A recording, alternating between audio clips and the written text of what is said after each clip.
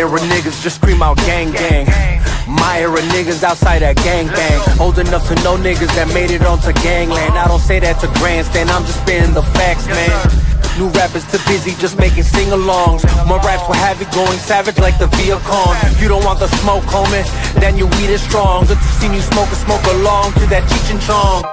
Me and my team, we on the front line. Steady putting in work, homie, it's always crunch time. Hard times produce me, dog. This ain't a movie, it ain't WWE when I mention the bloodline. Homie, I want mine, that's why I move different. Y'all too laxy-daisy, I keep myself disciplined. Repetition on repetition, training is rigorous. Only way to survive the streets that's dangerous and vigorous. Behavior villainous, leave no traces of witnesses. Moment of silence for the taking of all our innocence. Now back to business, somewhat of a practitioner, cause there's no shortcuts in life, no pills that make you limitless. That's ridiculous, far set from reality, like juice that's licorice. Frame of thought is insanity, causing calamity if you actually watching and listening. Home from catching out from the dudes that started visiting. How you missing it? Losing profits and dividends. The way your boys been cooking, they need to give me a Michelin. The bliss is ignorant, say they don't like to mention them. They say we don't mention the bodies that's in Lake Michigan. Fucking hypocrites, I separate from the fakes. Run with a pride of lines, identify all the stakes. Hubris says they folly and catch on other mistakes. Matter of time before they're just another body that's in the lake. Navigate, these troubled waters won't choose my fate. My vision is too ambition like Alexander the Great. Say there's much on my plate, but I carry my weight. Figuratively and literally, for all those who can relate. I never break, you never get me to fold. You never get me to leave, Chicago is still my home. But I carry my heat, this windy city is cold. Valentine's Day massacre, but was it really Capone? Face blown out of proportion, the different views of contortion. Use best proceed with precaution before you lie dead in a coffin. It's not a threat, that's a promise. Best quit talking your nonsense, your body could end up missing. Got your family claiming we lost them. Can't find them, bad timing, he's flatlining. Good riddance, bit it negative to mankind. And I'm like Jack Reacher, the equalizer, John Wick, Jason Bourne, the accountant. Either one, you could take your pick. The damage I could do with my side weapon. John Wick with my P40 Smith & Wesson. Opposition lightweight, so I'm not threatened. I'm just glad about the hate that they keep sending. It's really easy talk that rah-rah on the internet. There's work to Zaza, I heard y'all ain't got your fingers wet. Don't get your cherry pop by the very op. We bust the real ones, got the heavy guap, you just carry prop. Bunch of these gangsters claim to be hard to the core, but they really not like women that claim to be faithful. But they really thought, act like they down, but when shit goes down, they call the city cops. Same fools think they know a lot, no dilly squad. Tired of all of this fake shit, with fake asses and fake tits. They fake smiles, but fake lips. Picasso looking with their facelift. What I call nigga replacement, with the so-called real are the fakest. So the fakest niggas are the greatest. What was common sense no longer makes sense. What was common sense is now rare sense. What was funny then is now flagrant. Living in your thoughts, I don't pay rent. I take my time, you lack patience. Then your blood drip on the pavement. With a headshot, got you brainless. After getting hit with that stainless, killer instinct, call me craven.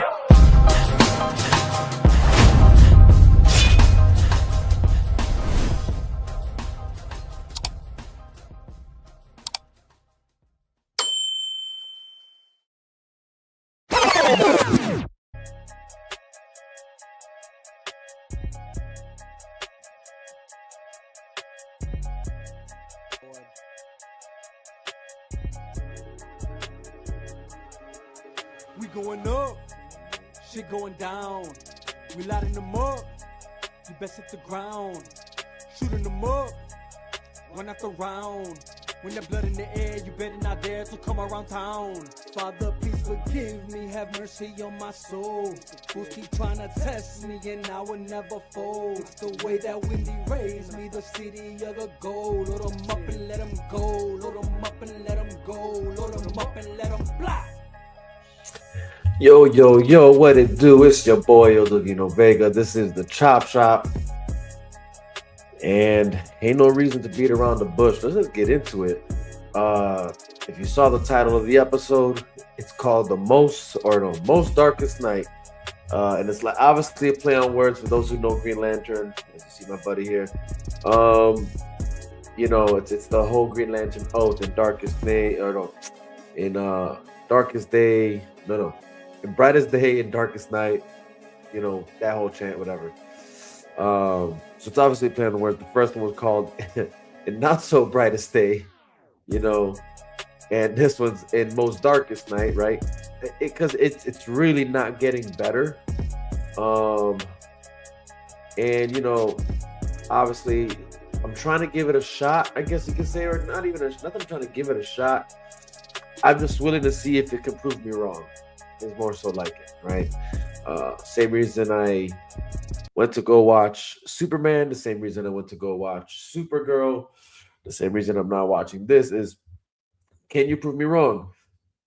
You know, and no, it hasn't yet. Uh, and it's like I said, it's not that I want it to fail, but it's not meeting up to the standard of what lanterns should be or Green Lantern should be in general. Granted, I know, look, it's a multiverse. Things can exist as they choose to exist in whatever, universe or whatever dimension or timeline they exist in. But I mean, again, if I'm just being honest, um, as we discussed last time we were here, when it was me, Silin, and Silos, it's that you're getting the little wrong one. You're getting it wrong. And it's not that the type of show that they're running isn't like, if it was anything else, if this show was anything else, it actually might slap.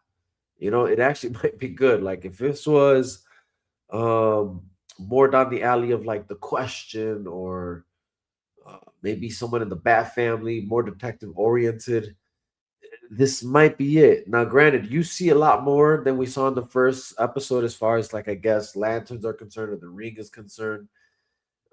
Like not too much, so much more, but more. Like, more enough that it's evident that it is more than what you got in the first episode. I'll say that. Um, but it for sure is still grounded. I can't lie. I'm still kind of taken away, and again, this is probably just my ignorance of, let's say, watching, maybe watching the animated series and things of that nature, and maybe it's just the little bit of comics that I have breezed through concerning the lanterns, that there's just things that are happening in this show that I'm kind of like, I just don't know that to be a thing.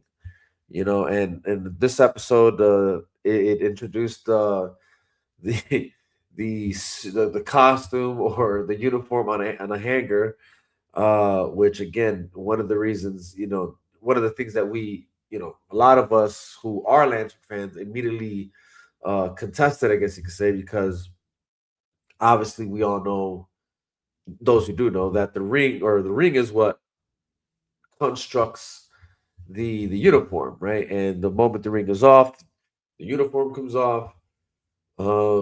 That's how it's always been for the most part. For the most part, I will say there are some exceptions. I want to say, I think, um, where like I can,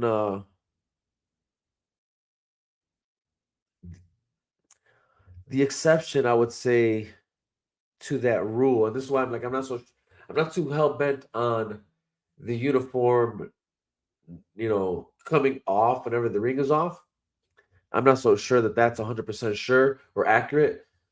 Um, because I recall, there being episodes in the Justice League animated series where um, the the Manhunters bring Hal Jordan in to be tried because of some scandal there. Not Hal Jordan, I'm sorry, John Stewart. And while he's being tried and detained, they take the ring, but the uniform stays on. Like the Green Lantern uniform that he constructs from the ring stays on him. So it's not necessarily like once the ring comes off, it comes off. But there are iterations you've seen that too. So it's not far fetched to think that. That's why it's like there is no like, I can't say that there's been a consistency with that concept. Um, what I can say is what I just said, right? Like, he gives the ring, but somehow the uniform stays on. Um, or even like when the ring loses power, you know, the suit stays on. The Green Lantern suit. So, but that being said, it doesn't matter whether it stays on or not. Once the ring is off or the ring dies out, it's just that it's always been for sure a thing that the suit comes on because the ring constructs it, not because he has it hanging in his closet, you know. Um that being said, so they introduced that in this episode, obviously. So it's kind of like tacky. You can tell they went out of their way to kind of make it more green than what we saw in the trailer. It's definitely a lot more greener. It's like a dark emerald green, um, or faded, as as this dude. I forget his name, the director of the show. Um, but you're introduced to that, so again, that's kind of like one of those moments where it's like it just takes away from the magic and the somewhat like technologically advanced uh things that the ring can do. It takes away from that. um then there is, and so now I will say they do something in this episode that would have you think that's how the suits stay on without the ring, but it's again, it means nothing because obviously they've already went out of the way to cement that in this universe the uniform isn't constructed by the ring. That's just, I mean, we can at least say that at the very least. And now, if they do something otherwise going forward, it's going to be crazy. And honestly, if they use the reason that I'm thinking in the future, it's going to be like that was like a whole bunch of nothing. Like you did all that for nothing.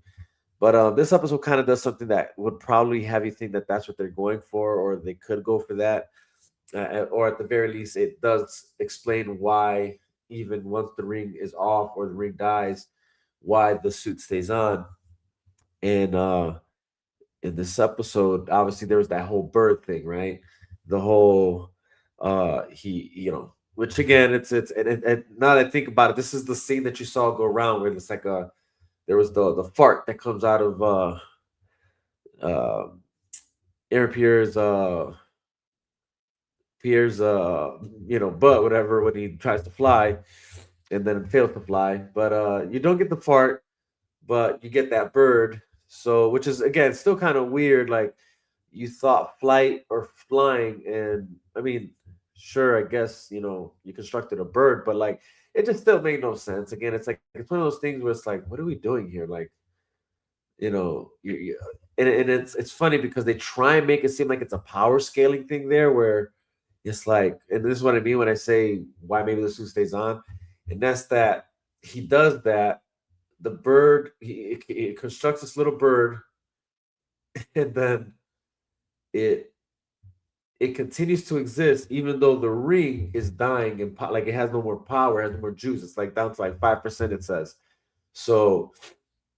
Then he gives the ring back to Hell, but then Hell Jordan sends him to Coast City to his house to pick up the lantern to which so he can charge the ring. But at the same time, while he's doing that, he's supposed to keep this bird with him. So he takes a flight on an actual plane, but they don't show you that because you can't make sense of him being able to go inside an airplane with a freaking bird unless he kept the bird outside while the plane was flying. And somehow the bird is able to keep up with the speed of an airplane while it's flying. I don't know, so it's a lot there to try and like make sense of, um, but this whole time while he's in Coast City getting the lantern, and there's a bunch of other things that happen, you know, uh, that he comes back by the, and that's how the episode starts with him doing that, right? Like Hell Jordan wants him to fly, he creates the bird at the end, but then like at the end of the episode, he comes back from Coast City, and somehow the bird is still there, and that's like an impossible feat to like keep a construct going, even though you don't have a ring on you, and so it's like it's kind of like to show how strong, I guess you could say, John Stewart's power is with the ring, or with his willpower. Let's just say that. Um, and it's like that's that's what you guys came up with, a freaking bird. He was told to fly, and he creates a bird. He creates a freaking bird you know, and that's the wow moment. And I just realized I didn't put this up so people know what we're talking about. Um, and again, that's why I'm like, what are we doing here? And like the whole time, like he's getting his ass kicked, Bird's still around. So again, it's supposed to somewhat be impressive. Like, yo, this guy had the focus and the concentration and the will to keep this bird that he constructed alive, but one without a ring, and two, while so much stuff is going on. That, again, to the point of being having his ass kicked. And here's the kicker. He gets knocked out like twice. And you have to wonder, like, how can you keep a construct alive? And like, how are you still focused if you're sleeping? That was just weird to me. Again, there's just like, and again, it's to what? Just show how it was just a weird flex, and I'm not just kind of like a waste of time, low key, to be honest. Um, and then at the same time, so while this guy's in Coast City with this bird he created and all this stuff going on, then you got Hal Jordan in the town still trying to crack the case about the aliens, and they finally talk about the manhunters. So they kind of essentially bring you to, I guess, try and understand why he why he had a hunch that there was aliens involved in some sort of small town crime.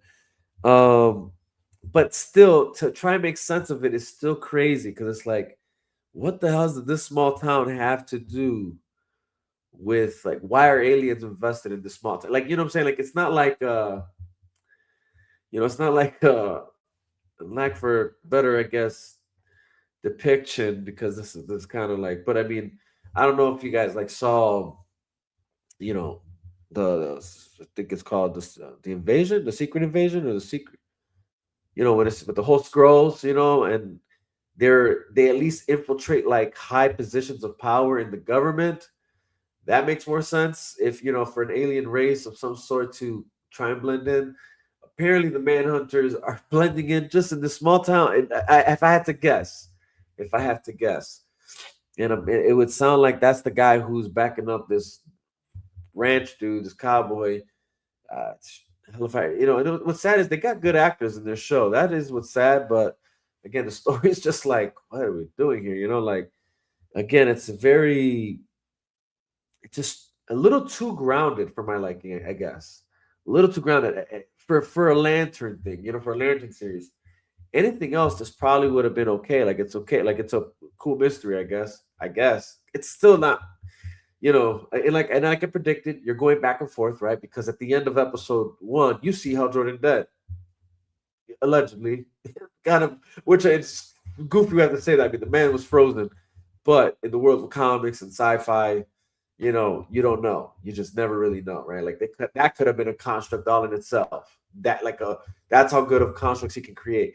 Like, that's just, the realm they can dive into if they really want to get crazy with this crap, which would be crazy. But, you know, all that to say that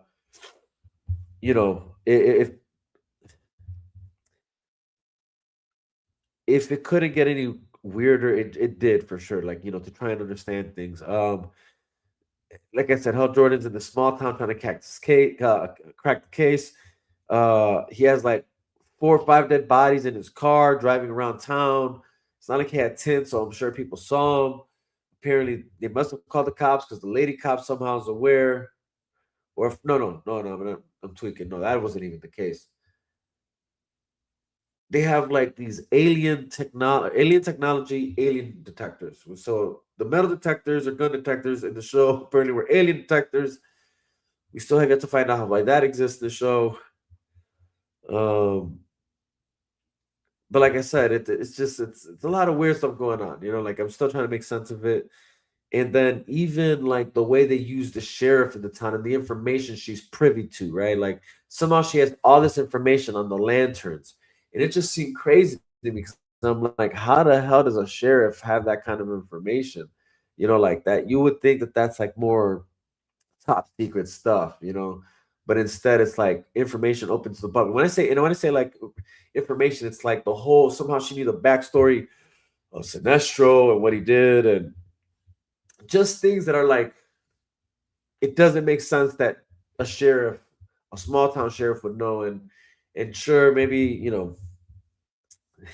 maybe this world exists in the new Trump era of of cop force, whatever, the Department of Justice, right? Where like apparently now they had that policy, whatever they pushed through, where every like from the CIA to the FBI to the sheriff, state troopers to city, whatever, that they all are supposed to have like a shared database that they can all like help each other, like get into each other's like get information from each other's databases and stuff like that, I guess.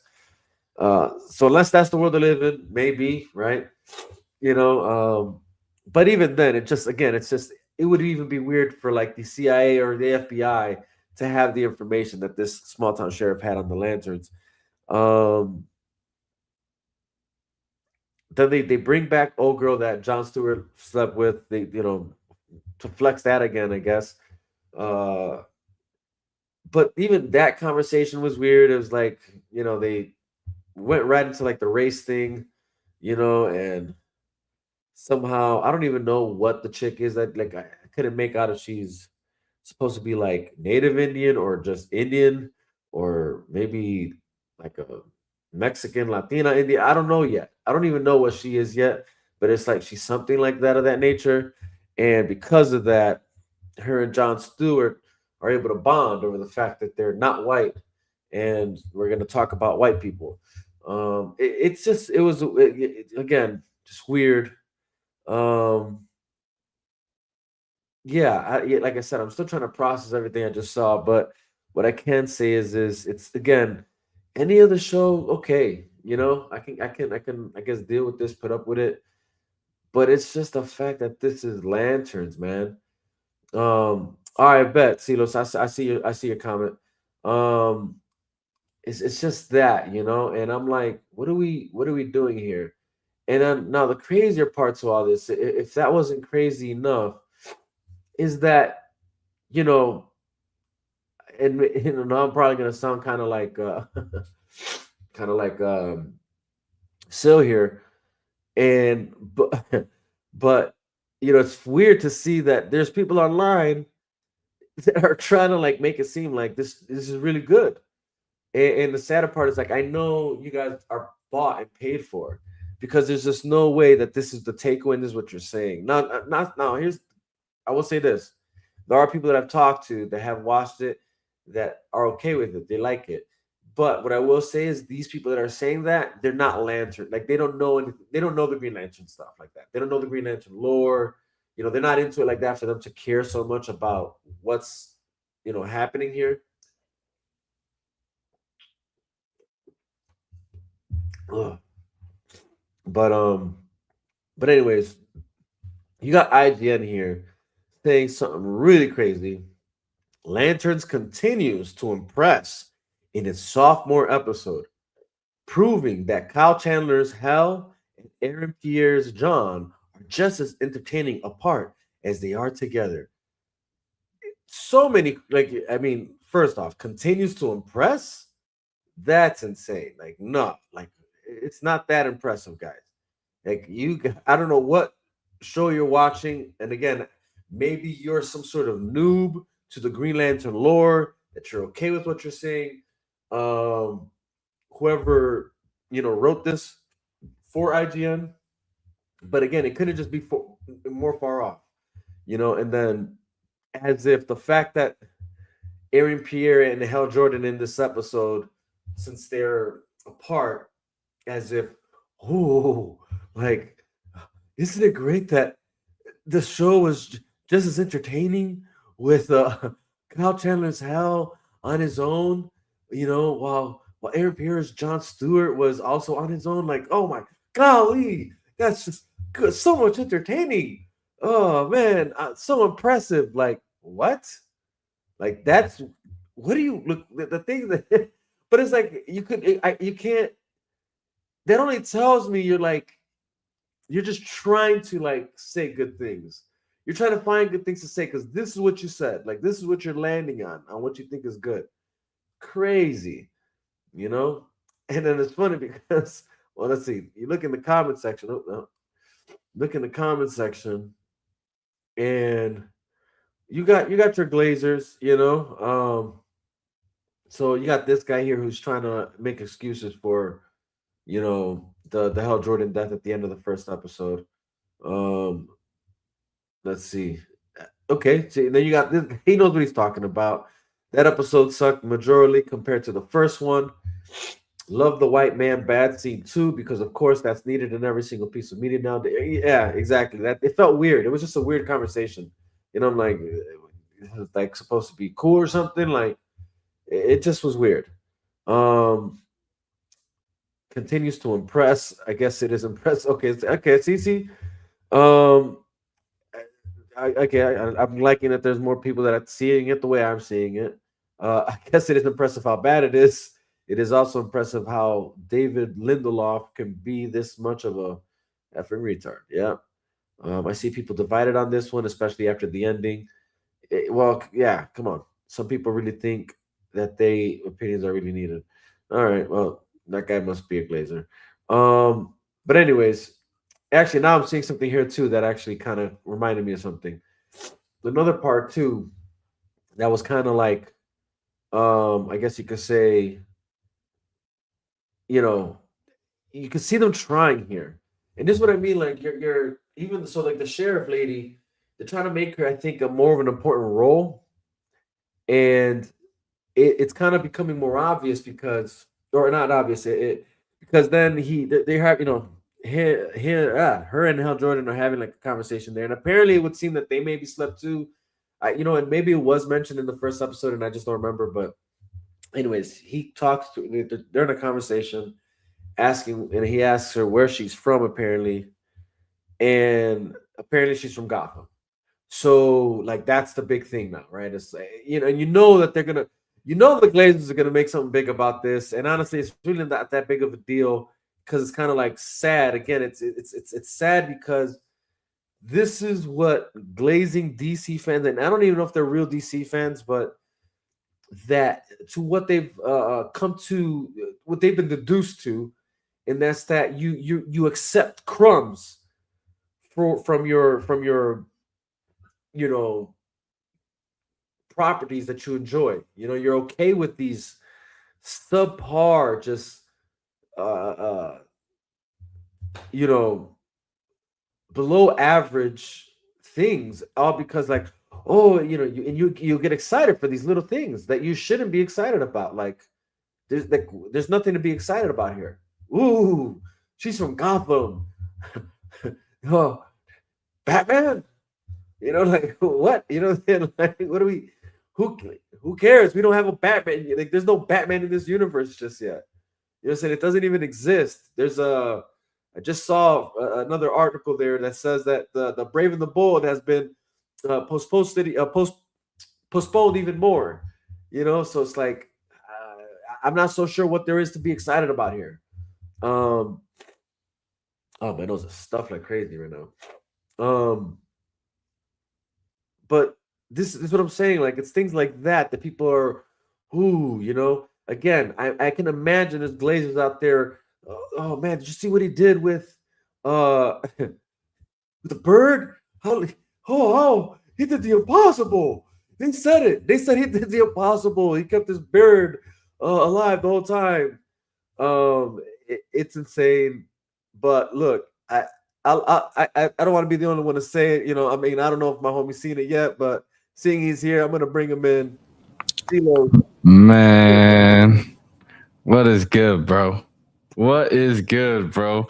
Yeah, yeah, not much, yeah. not much.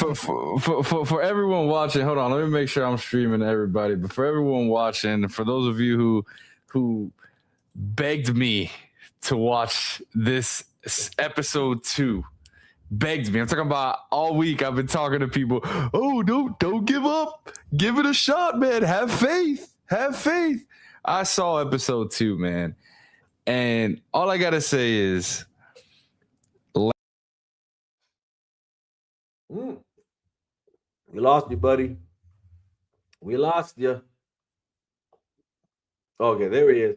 Man, they listening. They listening. Hey, They gun, listening. gun. I don't care if you're watching right now. Snipe me all you want, bro.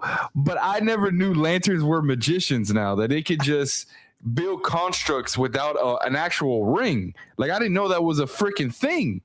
Like, and then out of everything that Jon Stewart could do, a little birdie, bro. Right. Like, That's what I was just saying. That's what are we what he did. doing right now?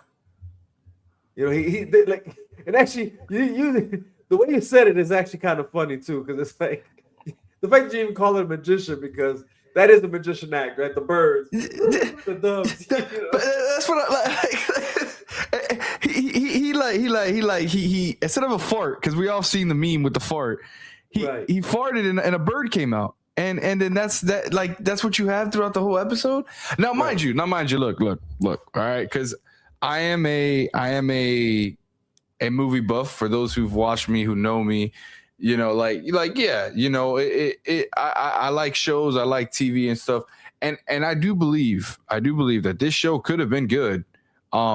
They're just I'm gonna harp on what we talked about last week. Right. They used the wrong IP. This should not be a Green Lantern show at all. This should not be a Green Lantern show. Right. The build up, like I think this week has a little bit more build up than last week's episode. I will give them that. Yeah. But sure. I was still halfway through the episode, like looking at the clock, like the whole scene of Hal dragging the dead bodies like back and forth and then going to the farm to then get shot and then not get shot the whole time.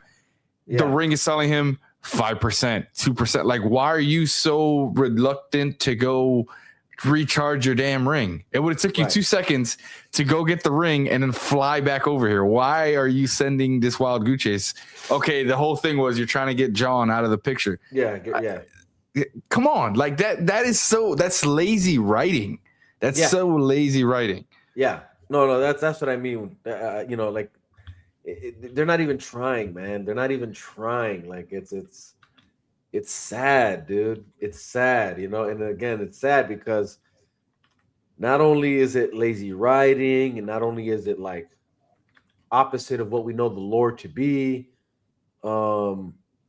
It's what's sad about it is you have people here trying to actually like defend it and like it, you know, like that are okay with it. And it's like, you know, like I said earlier, I just have to assume you guys aren't actual DC fans at this point.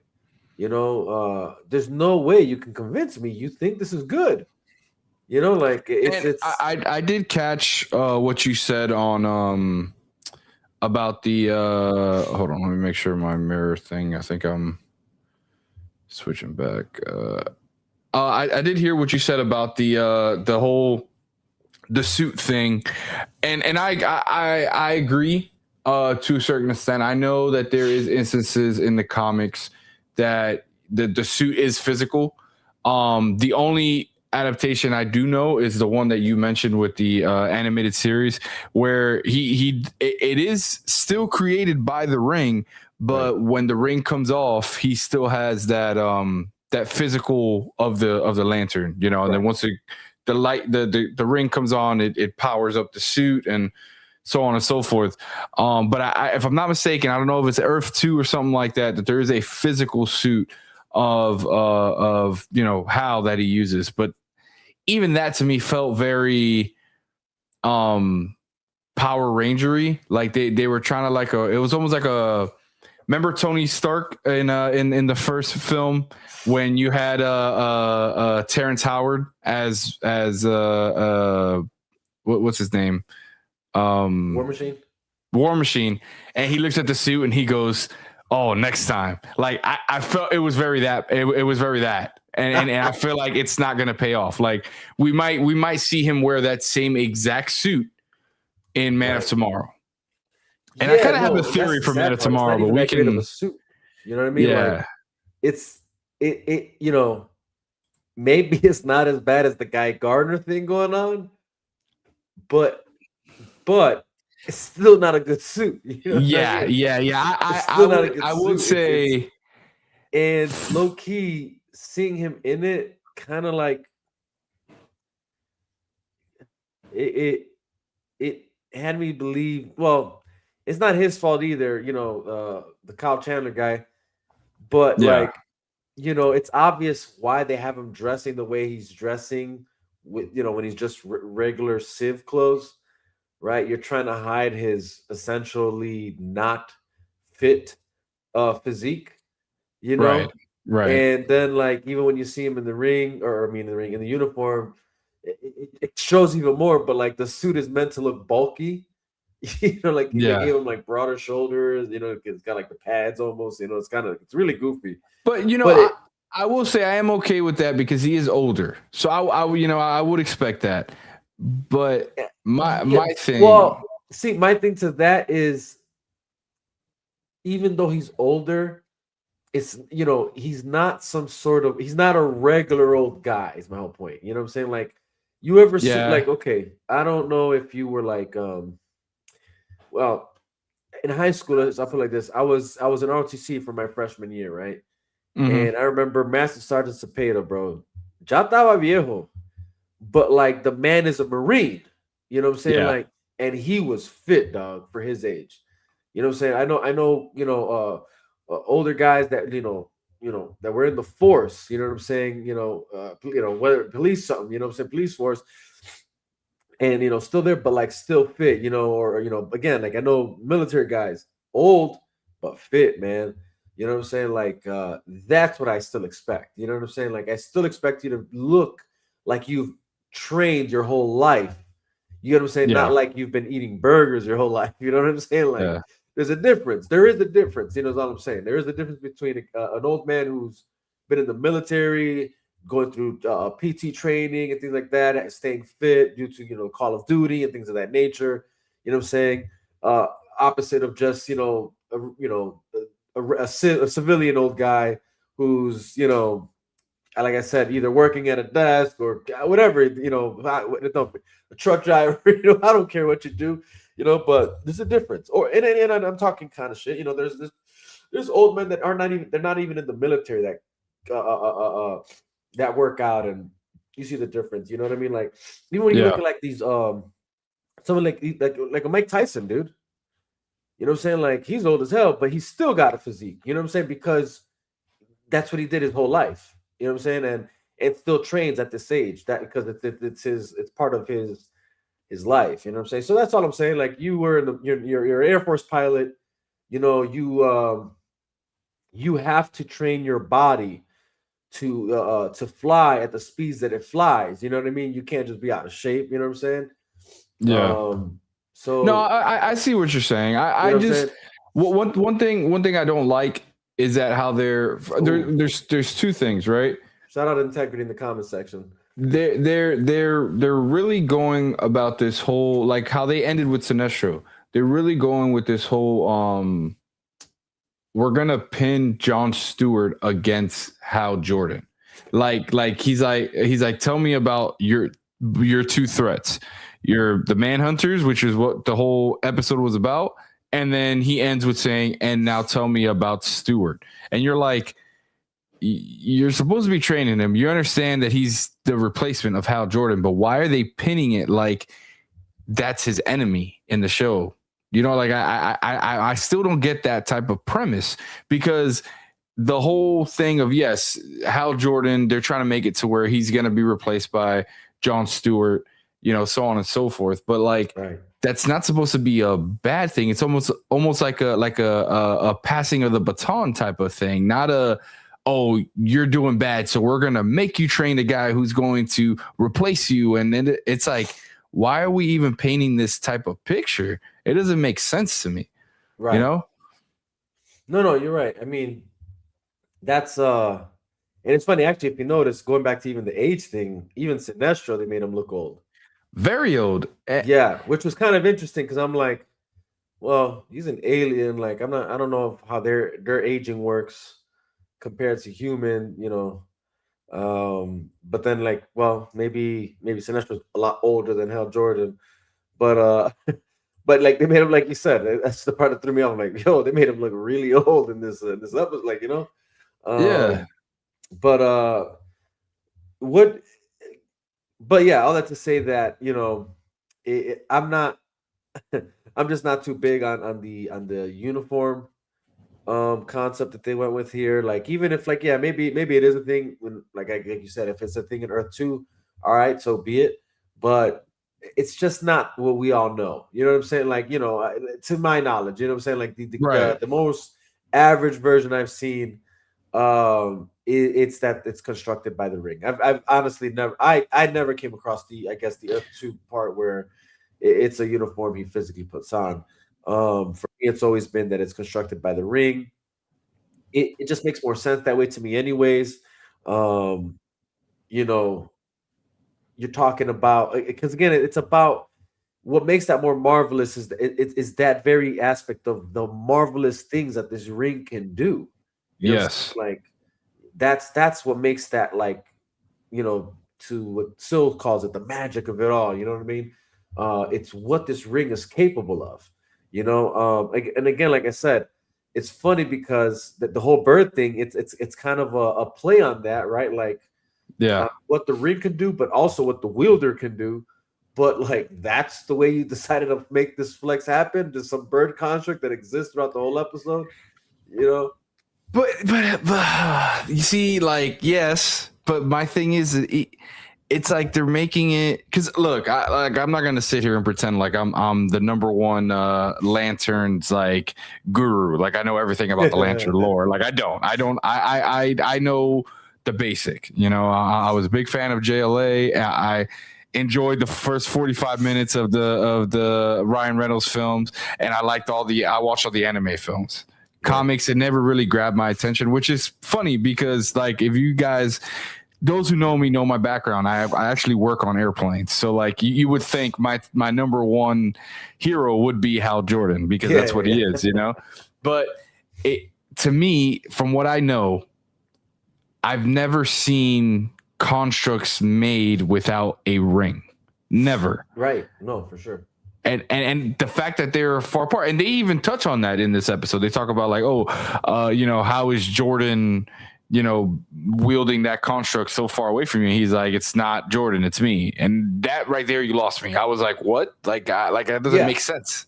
That doesn't make sense. For sure. They played on this whole.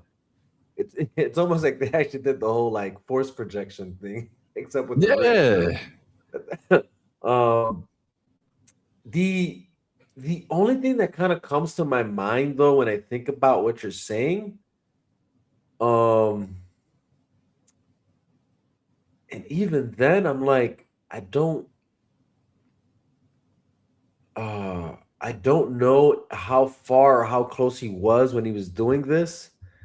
But did you ever see that animated movie Green Lantern Beware My Power? Yes. So right, and that's the whole story where Hal Jordan becomes Parallax, whatever, or a version of. Yeah. Keep in mind, in that episode, he's projecting things, I think, without a ring. Who is Hal is? Yeah, Hal is. Remember, he's like inside the cell with them. He has no ring, and he's projecting everything that we're seeing. If I remember correctly. I don't remember. If I remember correctly. Not everything. I remember. Yeah, I remember he had the 5 rings. He had like all the rings or whatever. Yeah, but even like and I could be wrong. Maybe I'm remembering this wrong, but I just feel like there might be that happening. That like if that did happen in that movie, and that also like he was something similar to what we're seeing now, where like, excuse me, wow. There were objects constructed. Yeah, dude, I'm sorry. I just ate not too long ago. There was constructs constructed that maintained even like once he was gone. Right. Like so, I want to say like it's not that it's not possible, but I'm not too positive on. I think the ring was still close to him though, because I have seen that. I have seen where, because I even think in the JLA where there's times where they show Stewart and like the ring is like away from him, but he can see it and he can like almost like the Force type of thing. Like he can, wield it to him. But I don't know if he can do a whole construct. Like he could be thinking of the construct and bring the ring to him. And once the ring gets to him, that's when he goes shroom, and then the whole construct comes, right? Right. And Now with Parallax, it's probably different. I don't know that. I don't know too much. Right. No, that's the yeah, and that's the thing. What where I'm like kind of for sure thrown off, and it's like you said, if there's anything that is weird about that moment, and again, and this could be maybe on us for not like you said, not knowing too much about more deeper stuff. Maybe this is just new power sets that are existing that we just don't know. Right. Because what was strange to me is not only did it continue to, I mean, well, that is the bigger crazy part. The initial crazy part is that the bird came to life, or like it was constructed without coming out of the ring, just coming out of like A manifestation. portal. Yeah. You know what I mean? Like it wasn't like and then you saw light construct and made it to become that. It just formed. You know what I'm saying? Yeah. It was like a mind thing. Like he thought about Yeah. it, and it just popped open. Which Yeah. there was a part where he's getting the lantern, right, and he goes into that dark hole, pretty much, or Right. that vortex, whatever it is, and it flies in there, and it's just flying around, and then it just pops right back up.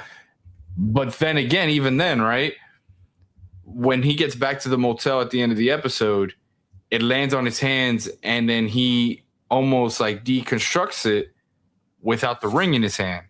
So it's almost like he's controlling the ring with his mind.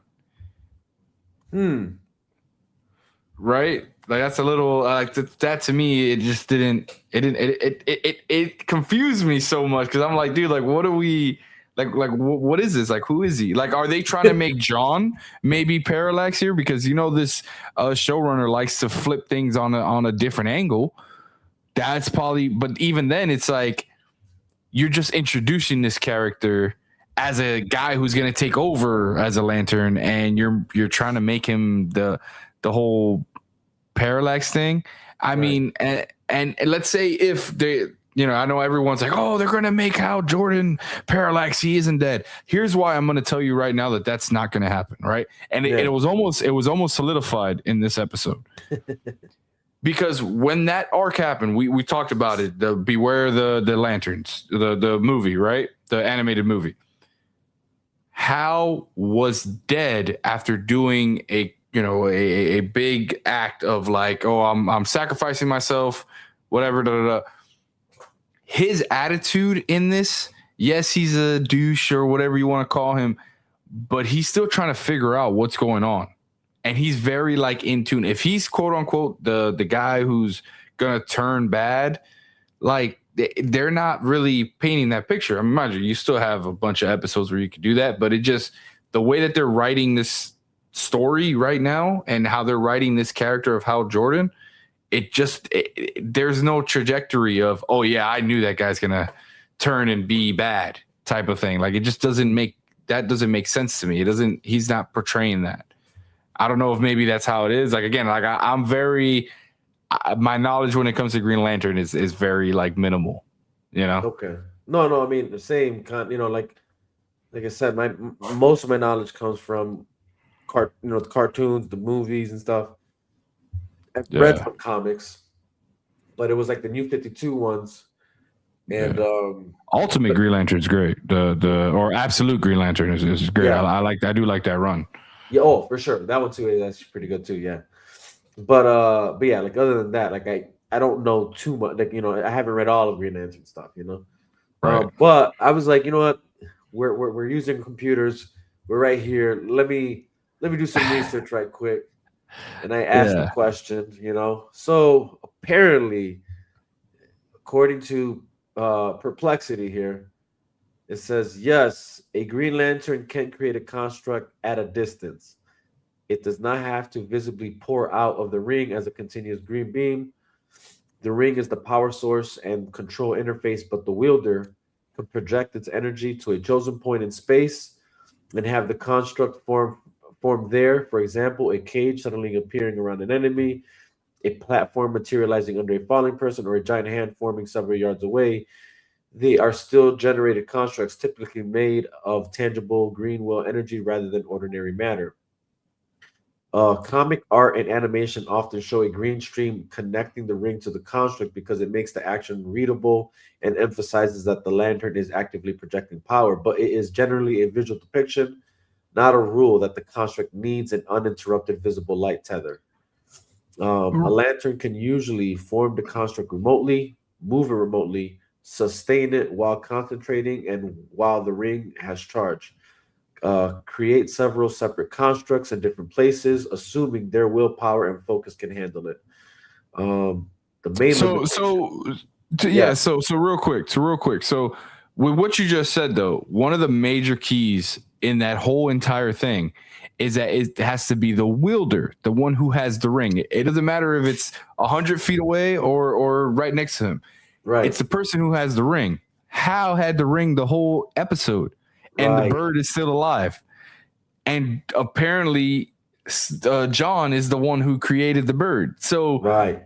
he's not wielding the ring right now. So how is that? That is the part that again, yeah, no, 100%. I'm in agreement with you, brother. Trust me, I'm yeah. here with you. I'm like that made no sense whatsoever.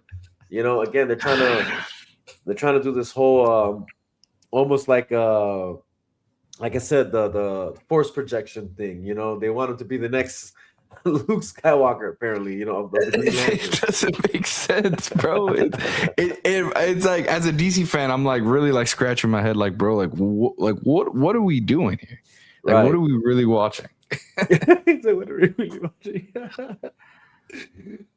Oh man. No, for sure. And then even another thing that was like kind of like silly to me was even like his interaction with with the chief, or with the sheriff chick. Yeah. And I'm like, and I don't know if you caught this part, but I was like, it just made no sense because somehow the information of the lanterns is in the database, like in public database of the Department of Justice, I guess. I don't even know what to call it. And somehow she knew the story of Sinestro and the lanterns, all pulling it up on her phone.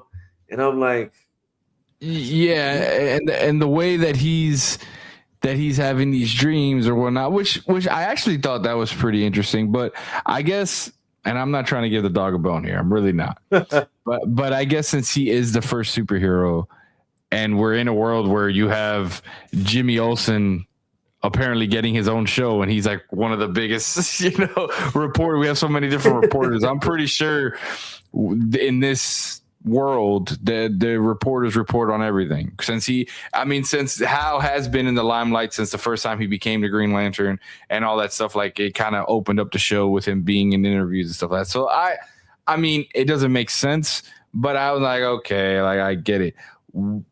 That situation though between the two, since the first episode when I watched it, yeah, I thought that they were a thing in the yeah, past, just to find out that no, he doesn't know anything about this girl because he asks her, yeah. "Where are you from?" And I'm like, Yeah. "Wait a minute, aren't you Doesn't supposed to sound know like this you're shit?" from Rushville. Yeah, yeah. Like, aren't you supposed to know this girl? Like, y'all talking like Right, y'all used to mac it and all that stuff. right, And no, there is no relationship from the past. It's just this is how I feel about Hal Jordan. I'm just like, right. what? Made no sense to me. Yeah, no, it made no sense to me either. Um, then it's just like I said, you got some people already trying to make a big thing of her saying that she was from Gotham, and I'm like, that means nothing. That means, ooh, Gotham exists. Of course, it exists in this universe.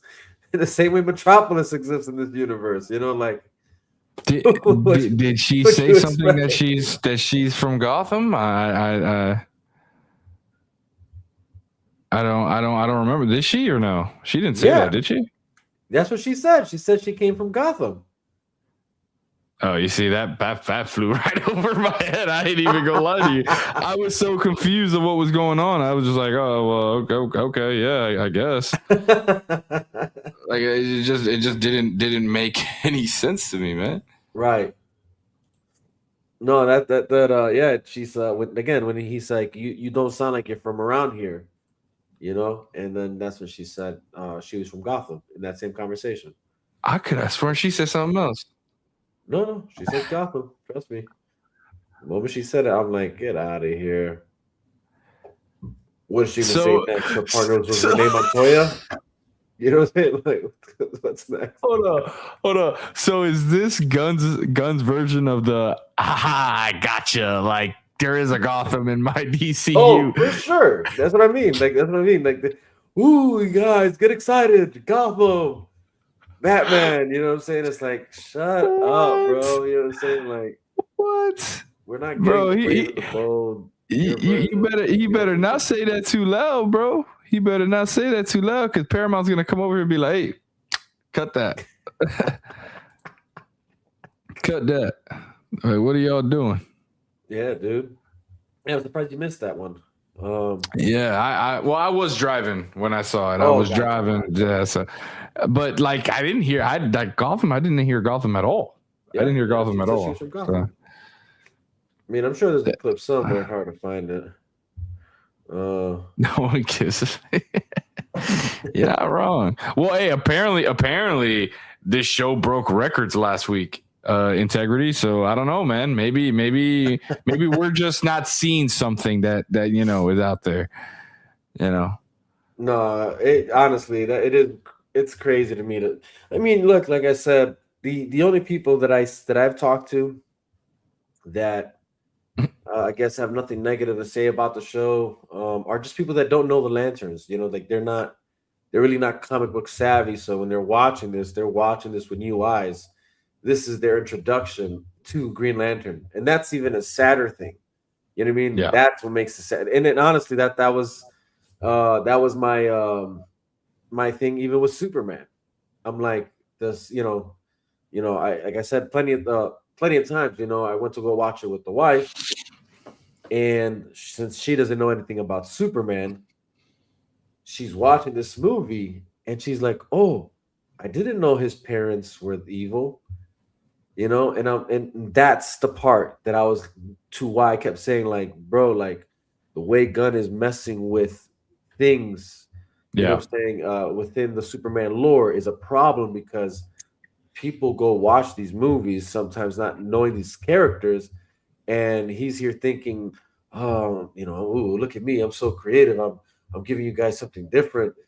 And but it's tainting in a sense the overall like lore of something, and so same thing here. The sad part is there's people watching this right now, you know, Yeah. and they're gonna think that this is what Lanterns is about. You know what I'm saying? It's like, nah, man, like Lanterns is like way bigger than this. Yeah. Like, and that's the sadder part. The see integrity said, I'm not It, seeing something. I'm not seeing anywhere. He said, and, um, and to your point, because I know we've had conversations about this before, yeah, and I'm really not. I really didn't see it till we got what we got, right. I was still in the factor of like I'm gonna give what we got the benefit of the doubt. I was on right. that train for a while until I got to a point where it's like I'm done with the lies. Like let's move on. But I guess now looking back, Superman, he did it, but he did it in a way that was like a soft launch of him saying, yo, this is what I'm going to do moving forward.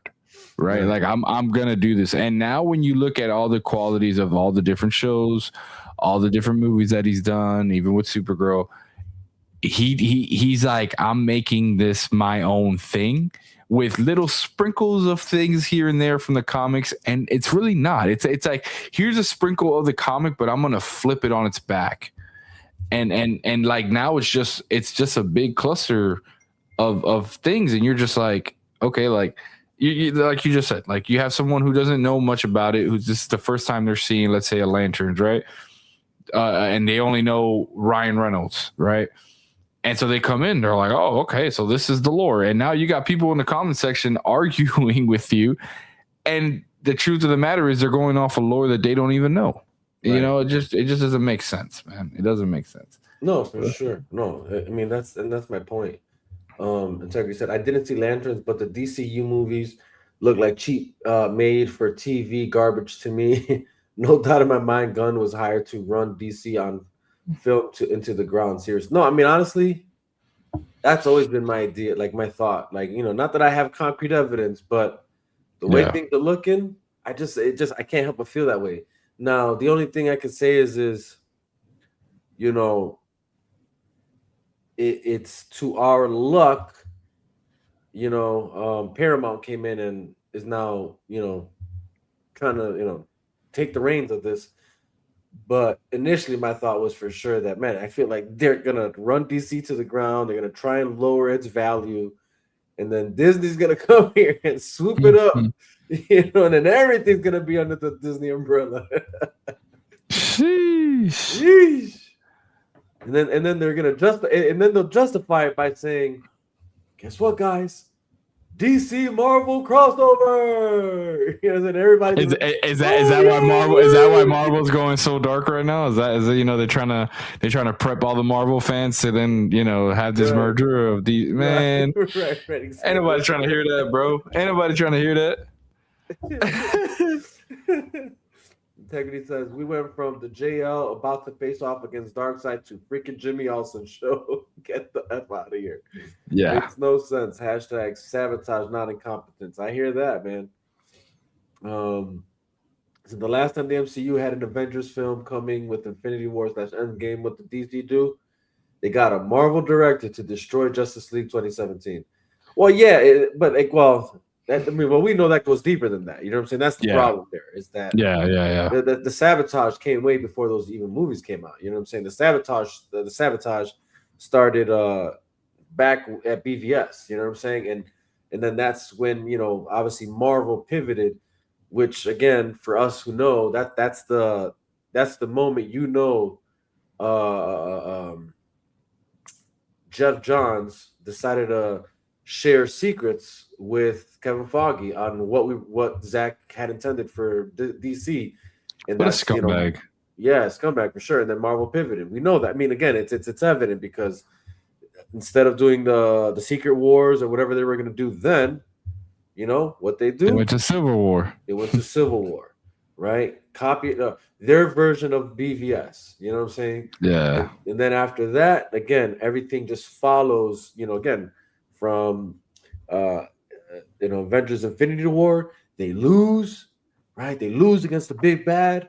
That was Zach's script. You know what I'm saying? That's what Zach intended to do, right? And then it's gonna take time travel to fix things, to go, and to then right the ship and whatever, blah blah, and then they win. Again, they took the story plot, right. So it's like it's and again, for those who know, and it's not even like you like it's public information. It's out there, right? As far as like when you're talking about what Marvel's slate was supposed to look like compared to what it became once they got the information of what Zack Snyder was going to do with DC, right? Right. That's the telling sign, right? It's not that it's not that I don't know. I've seen so many like excuses to try and defend, what happened, but again, that's my whole point. But all that to say that's how far back that goes, and that's the frustrating part because it's kind of like, I don't know. I don't know if it was you who shared it. I think it was you, or if not you, I think no, it was Peely.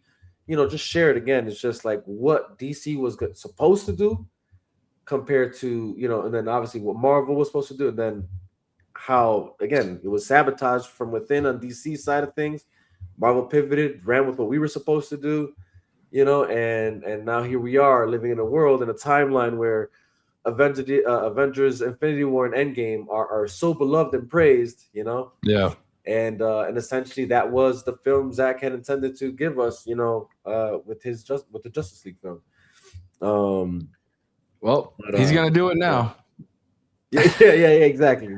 He's gonna do it in the future. You know what's funny? Somebody just shared that sequence, and every time I see the sequence, I'm like, that if that isn't a direct shot at DC, like or Warner Brothers, I don't know how it can't be, but it's that moment in Infinity War where Thor throws not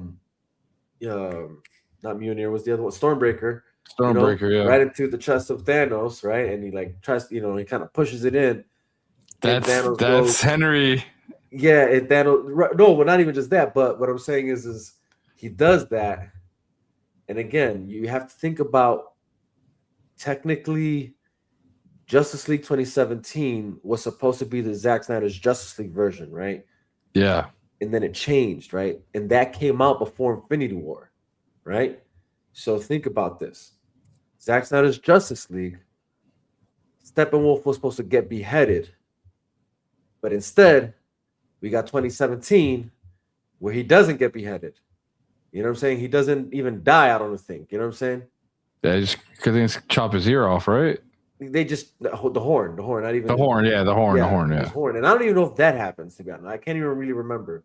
Yeah, that movie has been erased from my psyche. Yeah, exactly. Like that's how bad it is. But so that happened in 2017, and then 2018, Infinity War comes out, and it's this scene again. So you have the demigod Wonder Woman supposed to behead Steppenwolf, the alien new god, whatever. And then in uh, Infinity War, Thor, God of Thunder, you know, kind of on the same, mythology, a mythological god, right? Whatever, same thing. Supposed to, kill. He's trying to kill Thanos, but it's the line that Thanos says, "You should have gone for the head," and then snaps the fingers, right? Yeah. To me, that was always a dig at DC saying y'all should have beheaded Steppenwolf. Like that's what y'all should have done, and y'all didn't. You know what I'm saying? That's crazy. You know, but what do I know? Again, that could be too much into the weeds. Integrity said, now nearly a decade later, with another Avengers event movie coming, what did DC do? Once again, another Marvel director is here with a bad Supes film and Supergirl being a historical flop. Yeah, no, exactly. No, I hear you, brother. So once again, there's no superhero competition for the MCU. That's the sad part. But and actually, I'm glad you said that because there is something I want to point out here that it's I feel is a caveat here, right? He says, but anyway, sorry, I realized you're on Lantern. No, you're good, brother. You're good. I mean, essentially, we're talking Lanterns to eventually get into the subject matter of Gunn doesn't know what the hell he's doing. He needs to get the hell out. This Paramount deal can't happen any quicker. Zack Snyder needs to come in. We need to get that version of DC. Yeah, so you're not far off, brother. You're good. He says, that's what I was saying. Zack Snyder's Justice League was scheduled to be just 4 or 5 months before Infinity War, so they sabotaged it. Yeah, no, for sure. Again, they should have gone for the head. I just can't help but think that was that dig, that their version of like, kind of like, rubbing it in, like, yeah, y'all went soft when you should have. Yeah. But even on that note, what I will say is this, and this is a bit off of the Lanterns conversation a bit. And honestly, I mean, do we have anything else to say about Lanterns anyways? Like, no. You know what I mean? Like, it is what it is. Like, it's really not that. I think I'm gonna stick to my guns. Like, I think, no pun intended, but I think I'm not watching episode 3. Yeah. I don't know, man. Like it. The only thing I would say that even captured my interest was that supposed to be Oa, where he went to, or like a jail in Oa? Right. Dude. Right. That's because it looked like he was on Earth. I couldn't make sense of where he was at, to be honest with you. That's what I couldn't understand. I'm like, what is he? This is some sort of like space prison. But that's the thing. It didn't even feel like a space prison. It felt like he just went to a futuristic building on Earth.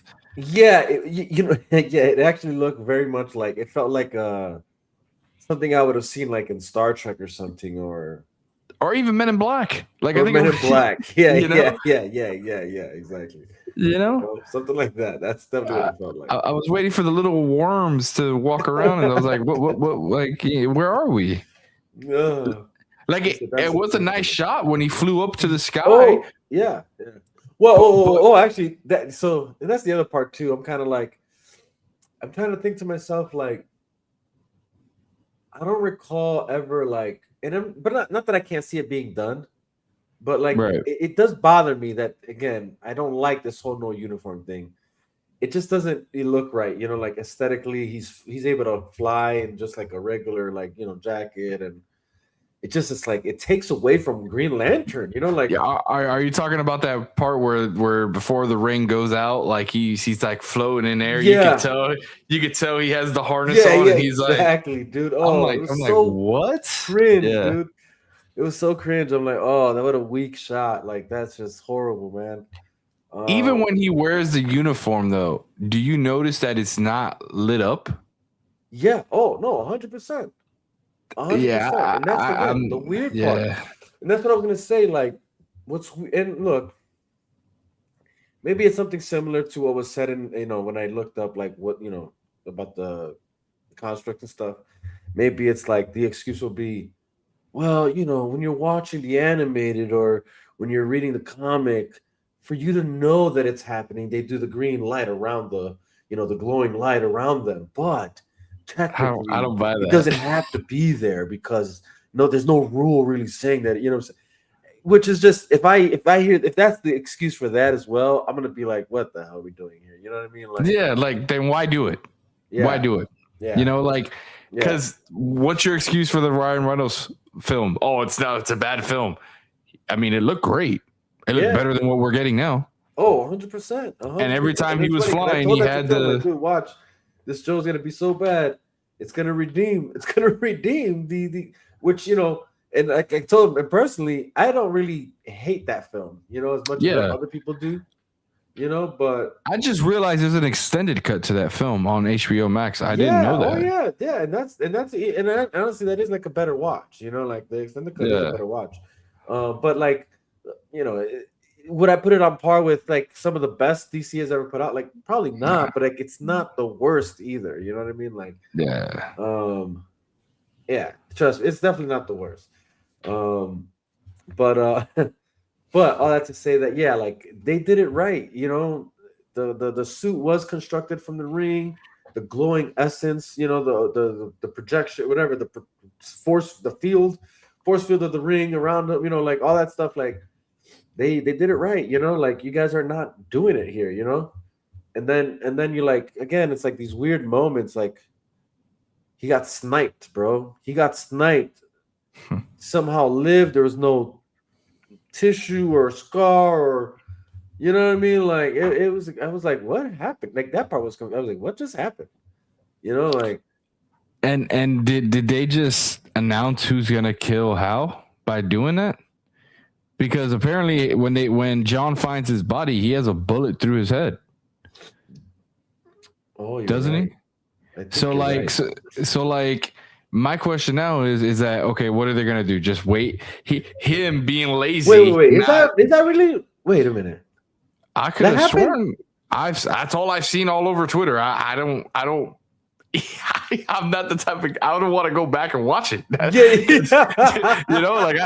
I'm just going off of the photo I saw. Right, right. He I has mean, that 'cause, thing like, on his I head. thought he froze to death. You know Well, what I'm saying? Like, I don't I remember think he seeing did no after head. he got shot. After he got shot in the head. I Oh, that's so but funny, but man. but That is even then, so like, funny. did he not learn how to charge his ring? I would have thought maybe after getting shot for the first time, he would be like, all right, I'm going to charge my ring. No, now he's going to deplete the ring all the way down. Right, right. That is weird. Like, No, again, that is weird. That is weird. Integrity says that's the thing, though. I think Gunn does know what he's doing. I think Gunn is doing his job to perfection. Right. No doubt in my mind, he was hired to run these IPs into the ground. Yeah, true. I could see that, but the question is to what gain? Like that's the part to me that I'm like, I think that's still giving him too much credit. yeah, and that You and know? that too. You know what I'm saying? Like I don't. Yeah, exactly. That's I guess how I feel too. It's like no, I think he's really trying. You know what I'm saying? Like you could tell he's out there really butthurt because people don't like what he's putting out there. You know what I'm saying? Yeah. Like because he's really trying. You know. So I don't think it's that he's purposely trying to run it to the ground. I think he just sucks at running DC. He Mm-hmm. sucks at his job, and this is the product of it. Um, yeah, I lean more towards that, you know, more than the other, you know, what you're saying. And again, because then I have to start thinking like, but to what end? And again, at one point, I would think that if it was that Disney was about to acquire Warner Brothers, but it's Paramount. I don't know his connection to Paramount. Nah, yeah. You know what I'm saying? Like, it's evident that Paramount has better relations with Zach, and you know are probably would be more interested in him coming to do DC. So like, there's just nothing there for me to like, and even with Netflix, I don't know Gunty, like when it was Netflix that was about to get there was no connection between Gunn and so like that's, you know, again, if there was like more of a line there that would say like, yeah, maybe I didn't, you know, I can entertain that still, like that idea still. And I thought, because again, I thought that initially. The only way that would have been a thing is if Gunn would have got his contract extended right now. He would have got that extension. If we would have seen that, then you know, like, okay, yeah. And it's crazy to think there's still people out there who are like, yeah, he's gonna get it. Like at this point, everything he's pretty much about to release has been cut off. I saw Sil just retweeted about Brave and the Bold. Apparently, you saw it, right? Like it's a bit delayed again, right? Yeah, well, he says it's delayed indefinitely until Paramount takes over. Right. See, that to me means it's not happening. Yeah. Oh, 100%. 100%. Maybe it's to buy WBD at dollar store prices. I don't know, but it's intentional. MCU has Avengers coming, and DC has what? The Amazing Avengers. I mean, I think that has everything to do with. We have to keep this in mind too, right? Like, and I think Sil has touched on this a few times that I think we forget, and that's that there's many moving pieces here, other than even Gunn, to why DC is where it's at and what's happening with DC. Oh yeah, you know, I mean, think about it. Like even David Zaslav has something to do with this. His poor management of Warner Brothers and DC, hence why he sold. You know, and then you got to think about what other WB execs, who are the ones that decided to bring Gunn in instead of Zach, right? You know, who was against Pam and Mike when they said we should bring Zack Snyder back? Who was in those board meetings that were saying otherwise? You know what I'm saying? So like, there's more than just Gunn here, and again, maybe it is to undervalue maybe Warner Brothers stock prices, maybe, right? Or or it's just incompetence, right? Yeah. Like, and you know, me and Pin were kind of talking about this the last time he was on, and that's that, you know, it's almost like there's like this curse with DC, you know, when it comes to this stuff, you know, because this goes far beyond even, because initially I brought it up with you know, Zack Snyder, and he's like, yeah, but think about it, bro, like this goes even further back than that, right? Like, you know, when you're talking about Warner Brothers meddling with the DC property of especially when it comes to the movies, right? You go back to the Schumacher you know, cut of things, right? They interviewed with that, and you know, we got what we got there, right? The Val Kilmer stuff, right? You know, that is Schumacher. If I'm not mistaken, I think Superman Returns was supposed to be a totally different film. I'm just going back in order, but all that to go to that part where all the way even to Superman, you know what I'm saying? Like where they screwed Christopher Reeves and the director and you know, made him do like a whole other take, whatever, of what they originally wanted. So like, it's the Richard Donner, it's like this weird curse or something, or just incompetency of people that are still working there somehow. I mean, it'd be crazy if it's still from back then, you know. But it is this weird like phenomenon that they, and again, the only exception to a certain degree, and this is why I say maybe curse, and that's that I was gonna say with the exception being Nolan, but even then, like I said on the pod then, it's like, but maybe still a curse because Heath Ledger died and we never got to get the actual third film that he wanted to do, and he had to course correct because of Heath Ledger's death. You know, so there's a weird thing going on there. I don't know. It sucks to even. I don't even want to say it, but I mean, in a sense, I think that third act would have even been more messed up. That third film would have been more messed up if we did have Ledger, you know, around too, because it's just from what we've seen in the past, like Warner Brothers, they just can't help themselves. Like they have to put their hands in everything, and it's I honestly just don't get it, bro. Like us as fans, I feel like some of us have way better theories than what they're trying to do in this live action stuff. And if we could do it from our seats or theorizes, why is it so hard for them who are behind the scenes actually working on this to do the same? Like, what's so hard about that? Yeah, no, I mean, you bring up a good question. Again, that is something to wonder. Like, it's like, how is it we're here, kind of able to construct a game plan of sorts? And granted, obviously, there's more to it, right? Yeah. Obviously, but at base level, the fact that there's no like good vision that you get, like you guys just lack vision, like good ideas is just crazy to me. Technically said nothing against the Jimmy Olsen character, but that's not a studio legitimately trying to build a universe. Agreed.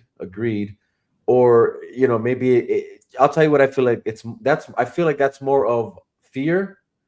They're afraid to actually put out major characters Yeah. because they don't know what they're really doing, right? And then when you're looking at what has been done with the major characters already that have been presented, like Superman 2020, like as much as they try and make it sound like they're proud of what they did with that movie, if they're them being honest with themselves, they still have to look at themselves in the mirror and say like we didn't even like beat anything of that came before it. You don't think they knew that they should have, like, somewhere in the back of their mind they were trying to like pass Man of Steel numbers, pass BVS numbers. I mean, that's why they gave us an ensemble film for a Superman movie rather than just a Superman movie. Again, this is why I'm telling you when I say James Gunn is aiming for the fences. He really is trying. You know what I'm saying? That's why he did this again. That's why he did an ensemble movie for a Superman movie, not just a Superman solo movie. But he's trying the only way he knows how, and it's the sad versions of what we're getting. In my opinion, it goes back before Gunn. Maybe Gunn is a useful idiot. If you need more, look no further than the previous universe, Justice League. But beyond that, yeah, exactly. No, this is what we're saying. Yeah. They intentionally put Batman and Superman on the bench after 2 films. You aren't trying to build a DC universe with Batman, Superman riding the bench. I mean, again, that I couldn't agree more. You can't bench Joe Montana and Jerry Rice and also claim you're trying to win the Super Bowl. You aren't. So it's not just Gunn. It goes back further. Sabotage, not incompetence. Respectfully disagree. I mean, hey, maybe you're on. Again, you might be right. What I'm just saying is I'm not so sure there's enough to like for me to stand on that, but you could be right. I'm not saying you're wrong or it could be both. It could be sabotage for the sake of stocks, but also incompetent. Maybe there's like just some don't guy see in the back Gunn really caring to, about stocks. yeah, you're right, exactly right. I don't know, you're right, but if there is somebody that's interested in that, maybe. But this is the thing when you're going down the, I guess the whole of like trying to maybe somewhat conspiracy, right? Let's just say, because we don't really know for sure. We could only assume by what we see.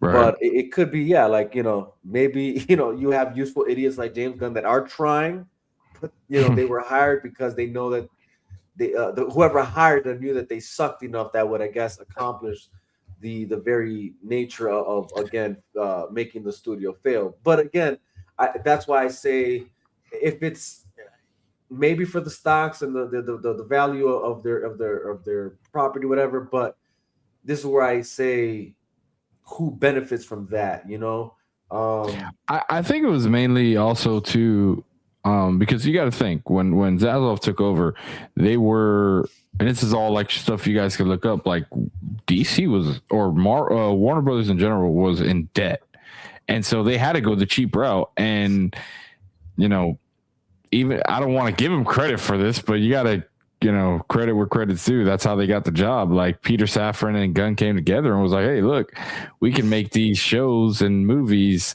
under this budget line that you guys, whatever. And so I think it was a matter of not no stock prices, I just think Zaslav was like, that's a cheaper group. Let's go with the cheaper group. We can't afford, to keep Zach to do this, to do that. That's also true. Right. That's true. We got to keep that in mind too. Like Warner Brothers was already, they were already kind of going under as far as value is concerned. And they didn't have that kind of money, that kind of bag. And it was showing in the movies, right? It was showing. And then it's still showing, right? It's still showing, unfortunately, Yeah. But what are you going to do? I guess that's the part. But low key, I want to get to something here that we kind of yeah. We're kind of just beating a dead horse here. Yeah. But again, we can all agree on.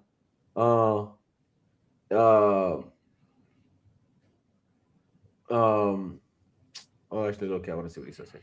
He said, "I'll finish with this. In what world does it make sense to make Justice League?" You can excuse that as a mistake, and that's being generous. They could have just edited Zack Snyder's Justice League down after that. But no, you're good, brother. But but because there was the point I want to make though. I just wanted to actually get past the Lanterns conversation. I think we can agree that it is. And then what you were saying is you're not sure you can get into the third episode.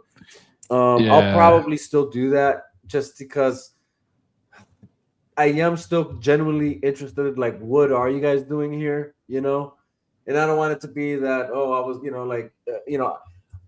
again, the same way I treat movies, essentially is as much as like I really hate to go watch a movie I know is going to be bad because the trailers are telling me. It's for sure, Integrity. He said consider doing an open panel sometime, please. No, for sure. I've actually been wanting to do that for a while. I just, I get on at times that I'm not so sure who's up for it. You know what I'm saying? And so usually I just stick to the homies that I know for sure, have come through in the past and we have had great conversation.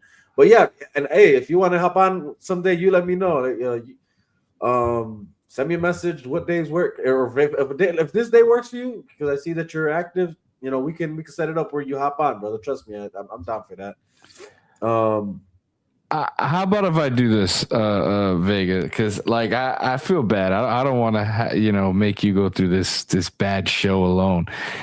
What if we plan it out to where we can go on and do like a live, kind of like how Sil did, and watch the episode? We can do that. We can do that. I'm down. I'm down. That's the only way I would watch it, because there's no way I'm taking time out of by myself. Yeah, you're okay. Time out. Yeah, like if you're gonna, I'll do it. Just let's get the views, let's get the clicks. I'll do it for that. But just to sit here at home and I'm not doing that. It's not happening. Right. No, what? That's fair. That's fair. And low-key, I was thinking about doing that today. But I kind of got back home late anyways. There was things I had to do. I was like, to set it all up on time. I wasn't gonna be able to. Even if it's past regular time, like we could figure that out. Like as long as we and we talk about it afterwards, we could do that. The reason why, and this will be my last thing on Lanterns. I think I know where they're trying to go with this, right? I have a theory. Just from what I got from the first episode, I honestly think by the end of the series, Jon Stewart would not have the ring. I think what's going to happen, this whole montage of like, only one can have the ring. I think something's going to happen to Hal, and that's why Guy has the ring now. And I think in Man of Tomorrow, we're going to see Guy be that first offense with Superman to fight Brainiac, and Brainiac's going to beat the brakes off of him because we all know Gunn likes to beat up Superman. And Superman's going to have to go and do the one thing he doesn't want to do and go work with Lex Luthor, right? They're both going to come back, and then that's when they're going to introduce Hal, because I believe in that first defense, I think Guy Gardner is going to die in Man of Tomorrow. And then the ring is going to go and go straight to to John, and then that's how John's going to put on the ring, put on the suit, and then they're going to fight and kumbaya. That's my theory. I could be way off, but the way that they're writing this right now, I think that's what's going to happen. I really do. Okay. Yeah. Now we can get off Lantern.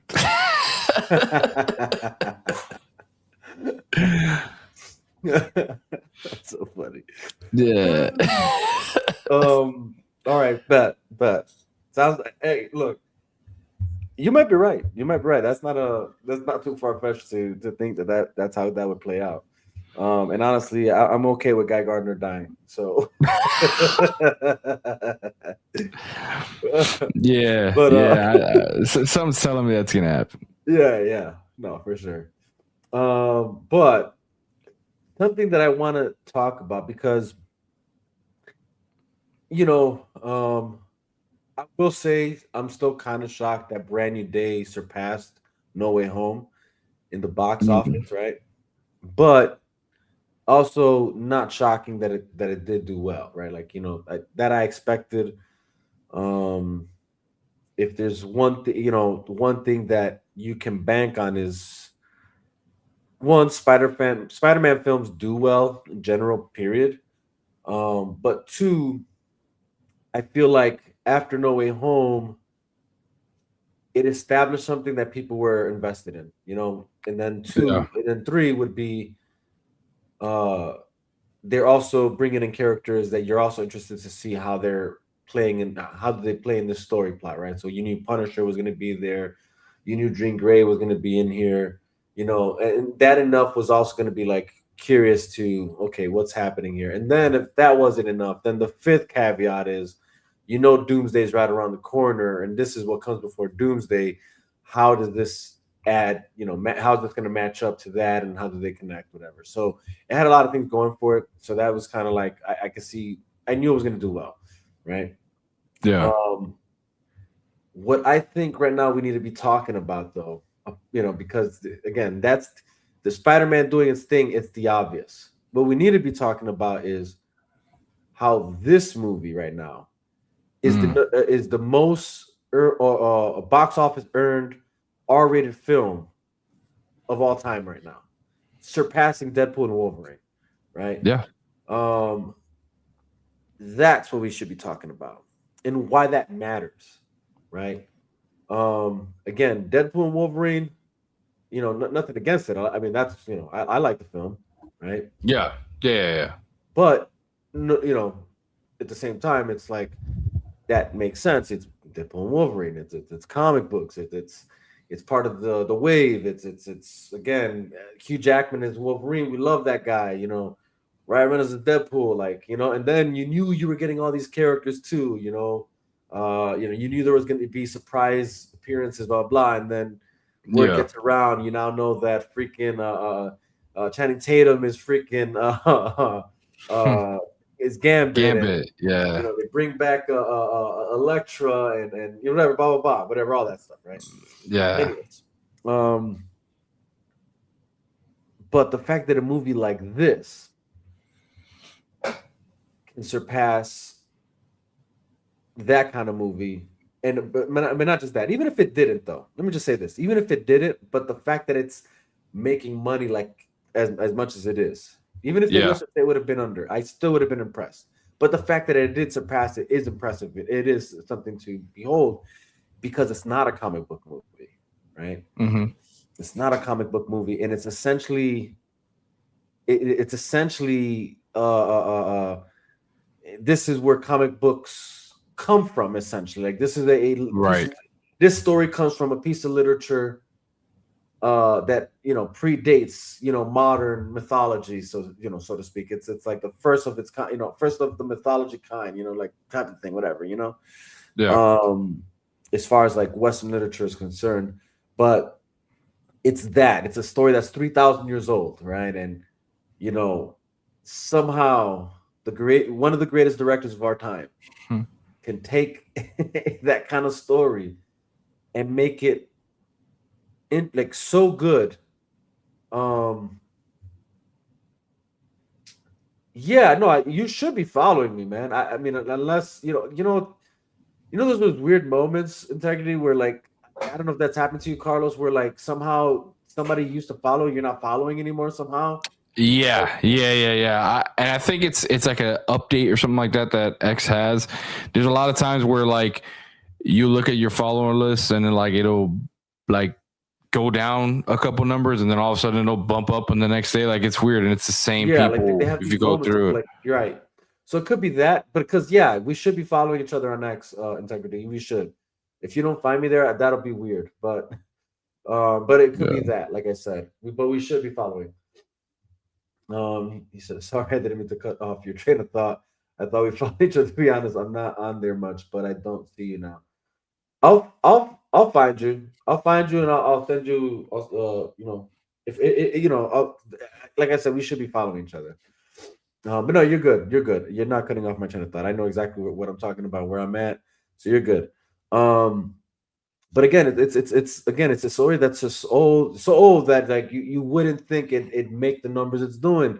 Um, Yeah. Considering that almost every film outside of thank you, integrity, appreciate you, bro. Yeah. I appreciate Um, you, bro.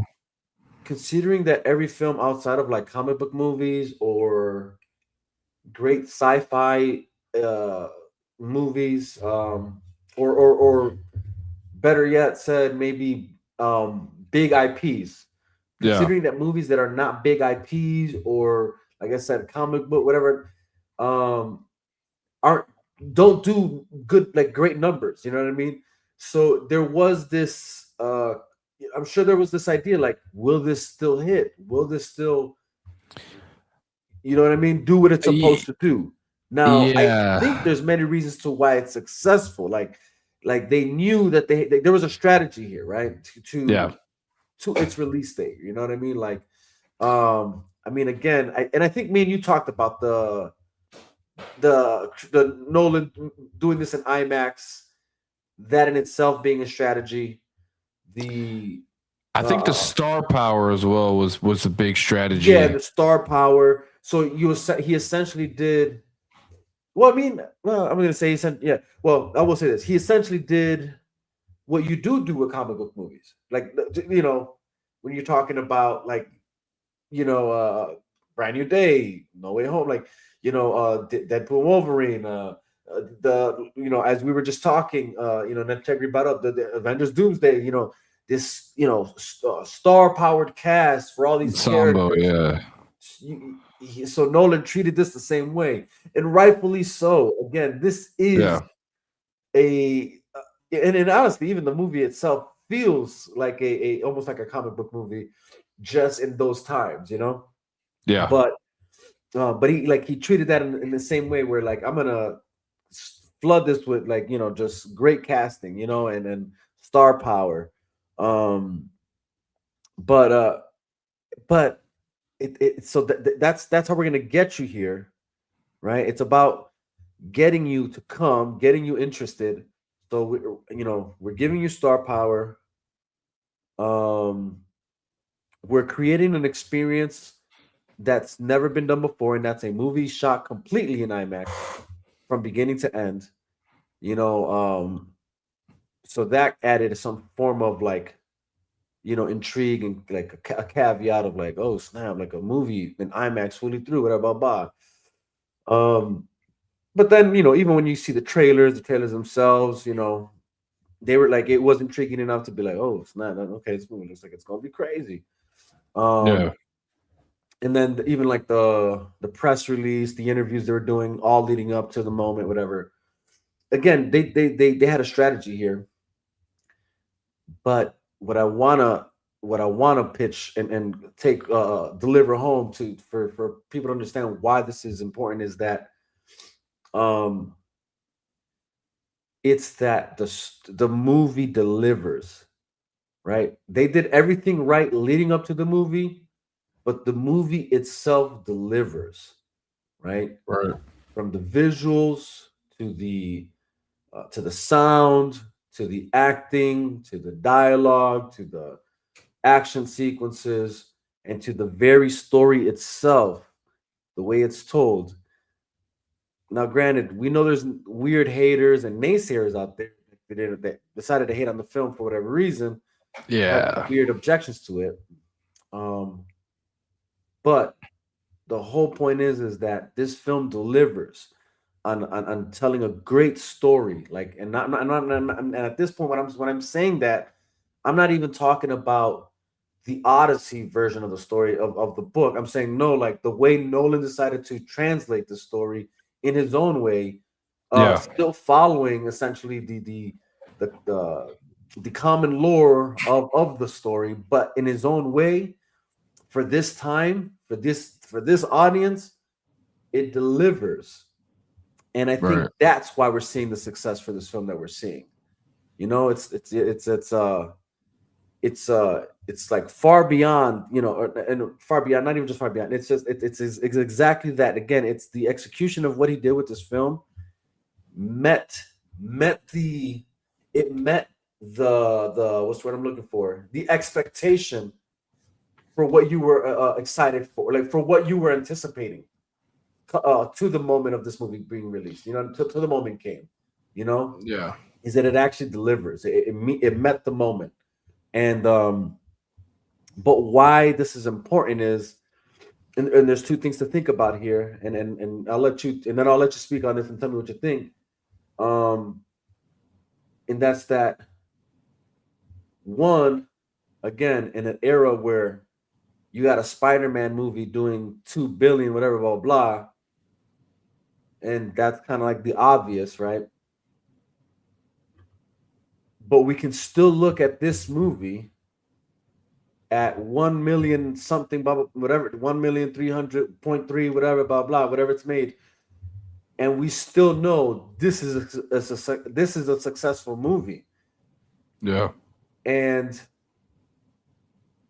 it's because it delivered a great story, great visuals, great everything. You know what I mean? Like it you know, Nolan did not uh and everybody that worked on the film, not just him, Nolan and the entire cast and the people behind the movie, you know, the camera, everything. They put out a an epic movie, and it wasn't a superhero movie, but even if it was, my whole point that I'm now trying to, and this is my second point to this. First is this is a movie that's technically not a comic book movie or superhero movie. It kind of is in its own right, like I said, but you know, it's not modern, I guess. Um, and it's up there. It's up there right now. And but if it was a superhero movie, right?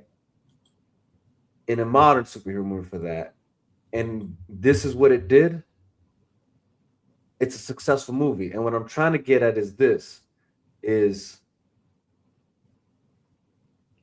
this if DC needs to get back to a storytelling of this stature is the point I'm trying to get at. Why we are always big on like Zack Snyder coming back and bringing in what he did, it's because he made the superhero movies feel the way I feel when I watch the Odyssey. That's the point I'm trying to deliver here.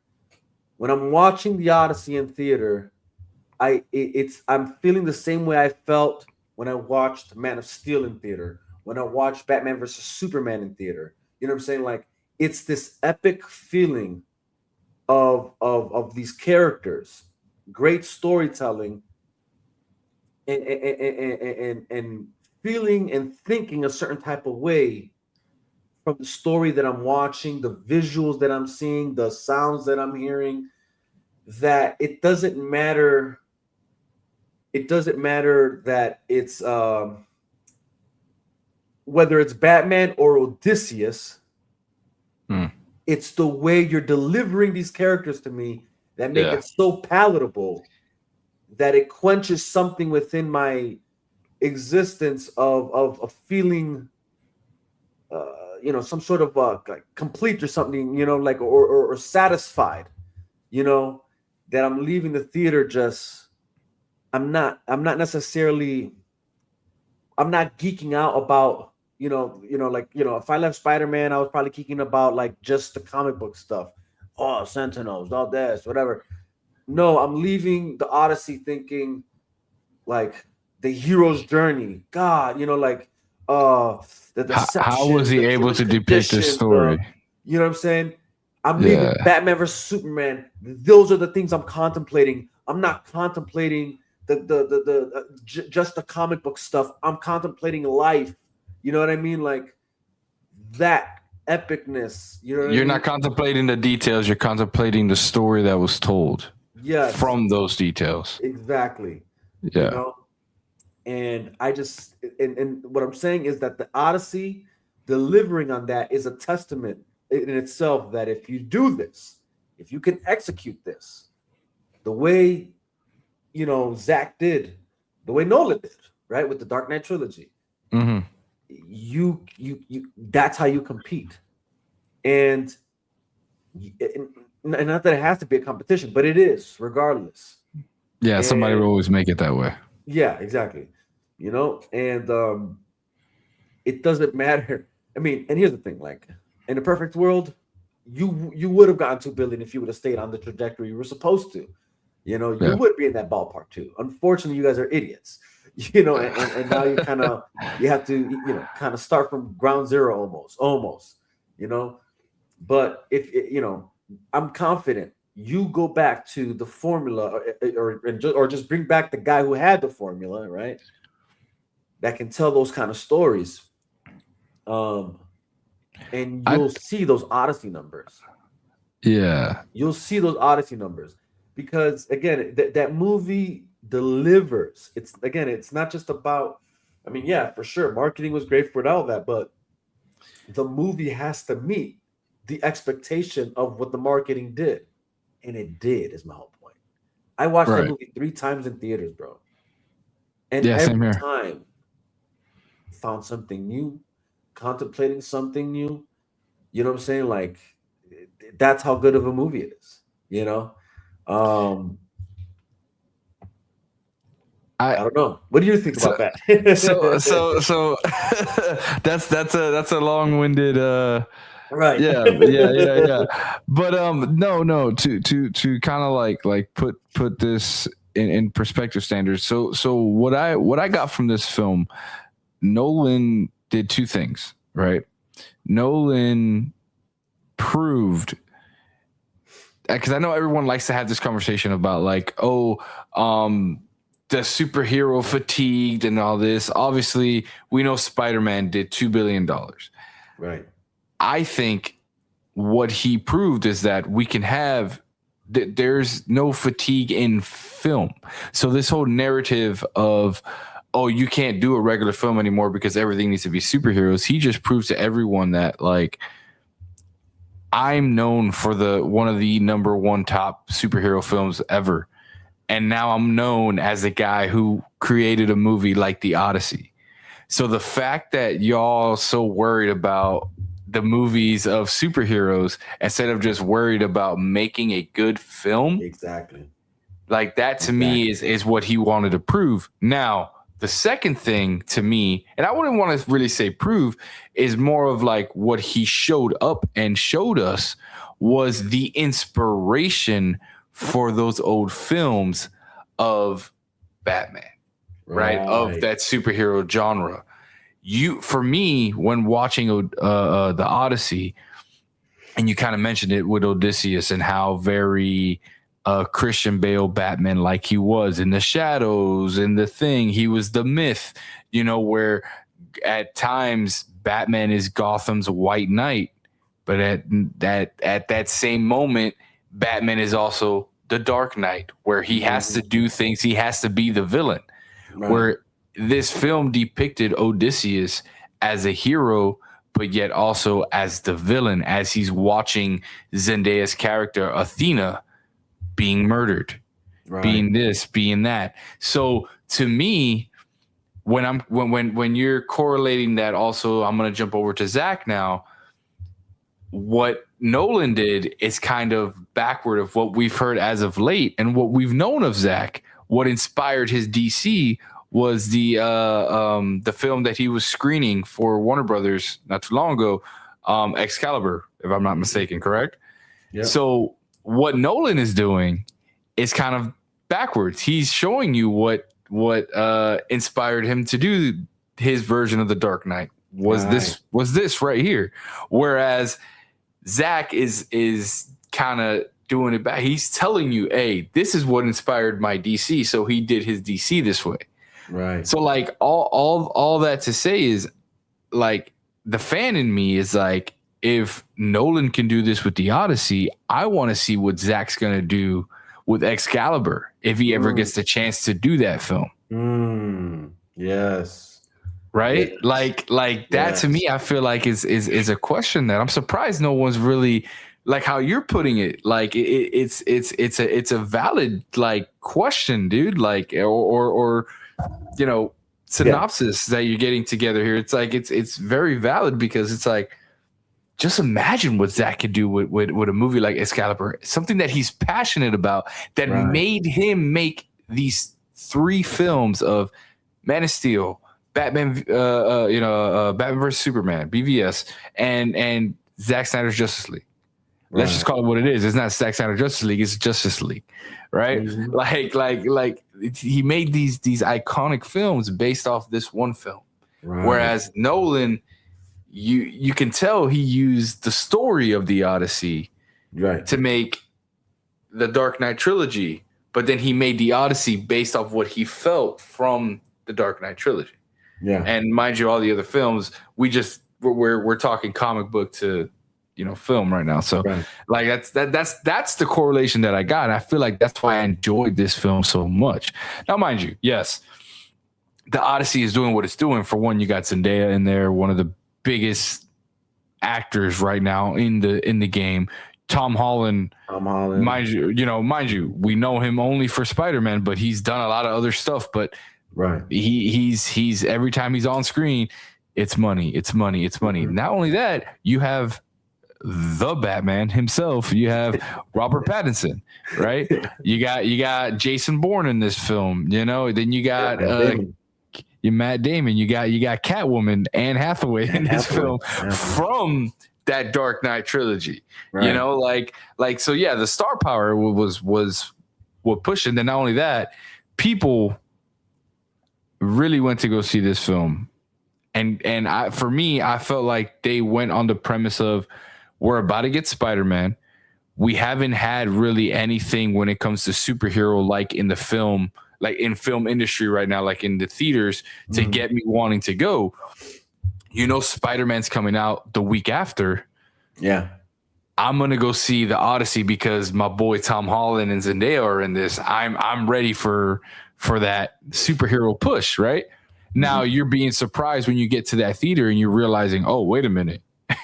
I'm glad I took that chance because this movie is more than what I just here to support my boy Tom because Spider-Man's coming out. Nah. Oh, and let's not forget John Bernthal being also that he's going to be in Spider-Man. You're like, oh, I want to see how that chemistry works. Right.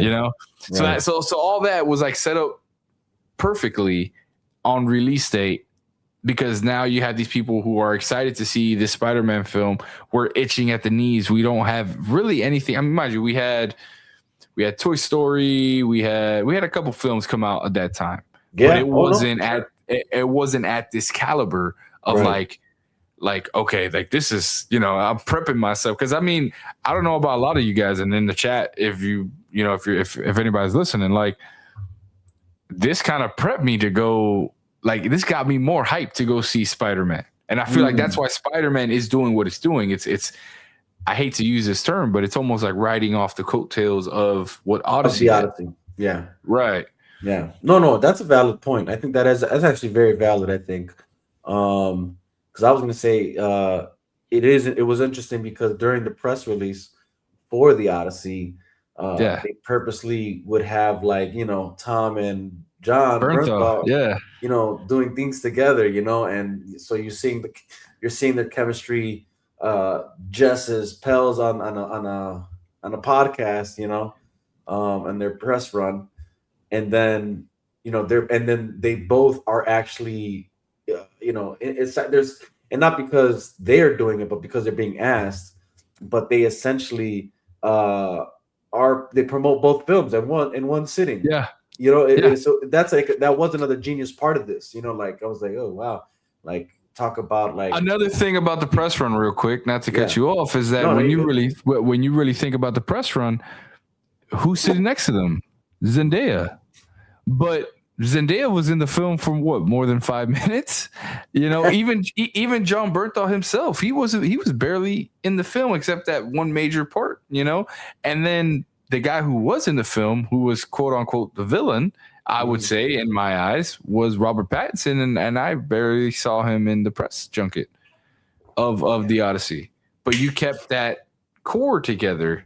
That, you know, even Zendaya was at the press tour, so it's like you're keeping this core, like you're saying, they're promoting both films, so it's like it's almost the level of knowing when to release a film.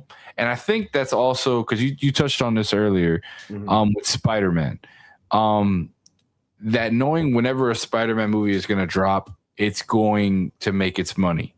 But I feel like when you really sit back and you look at the time frame between each Spider-Man film, it's almost, I think it's what, like almost the farthest that it's been has been a 5-year gap. What up, Penn?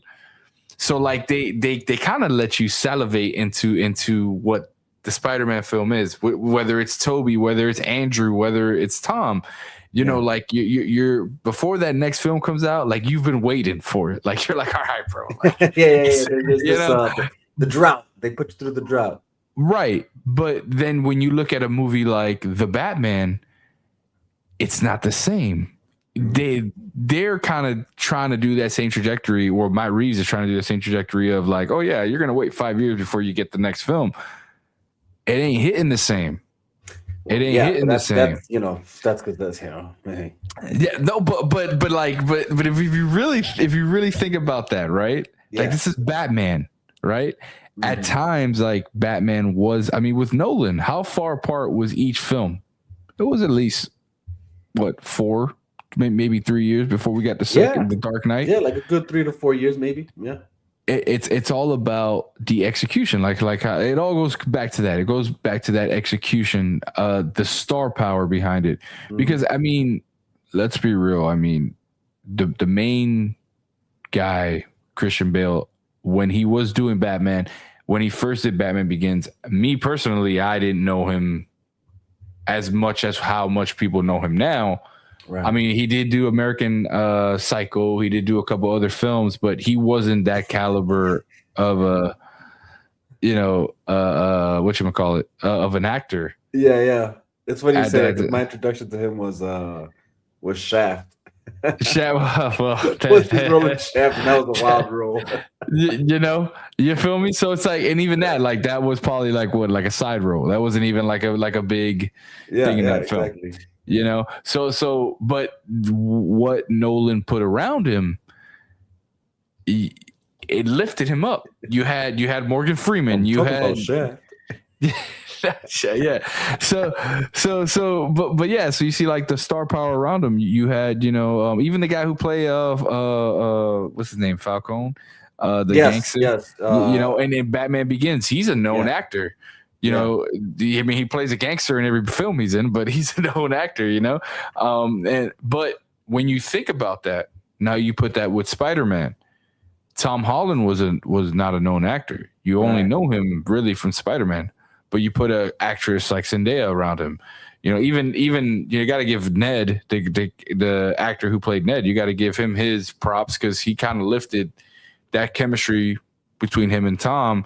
That kind of lifted the Spider-Man franchise. So all in all, it's like it's all about the planning between these films that really kind of what you touched on earlier, that are making these films that you can wait your 6 years before you get your next Spider-Man film and all that, where it's with Pattinson. Sure. But I do feel like when you're talking about the Tom Holland Spider-Man, it really has a superpower of its own that none of the other Spider-Man films had, and not even, you know, and that's why it's like it's got its own cheat code, and that's that.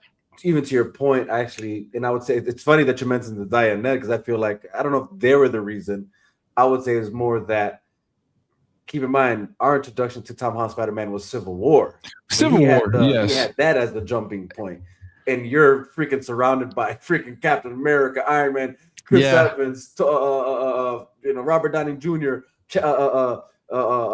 Chadwick, freaking Black Widow, whatever. You know what I'm saying? Like, you're talking about star power. It doesn't get more star power Yeah. than that, right? But I was mainly thinking of this particular film because this is, when you really think about it, it's a reset.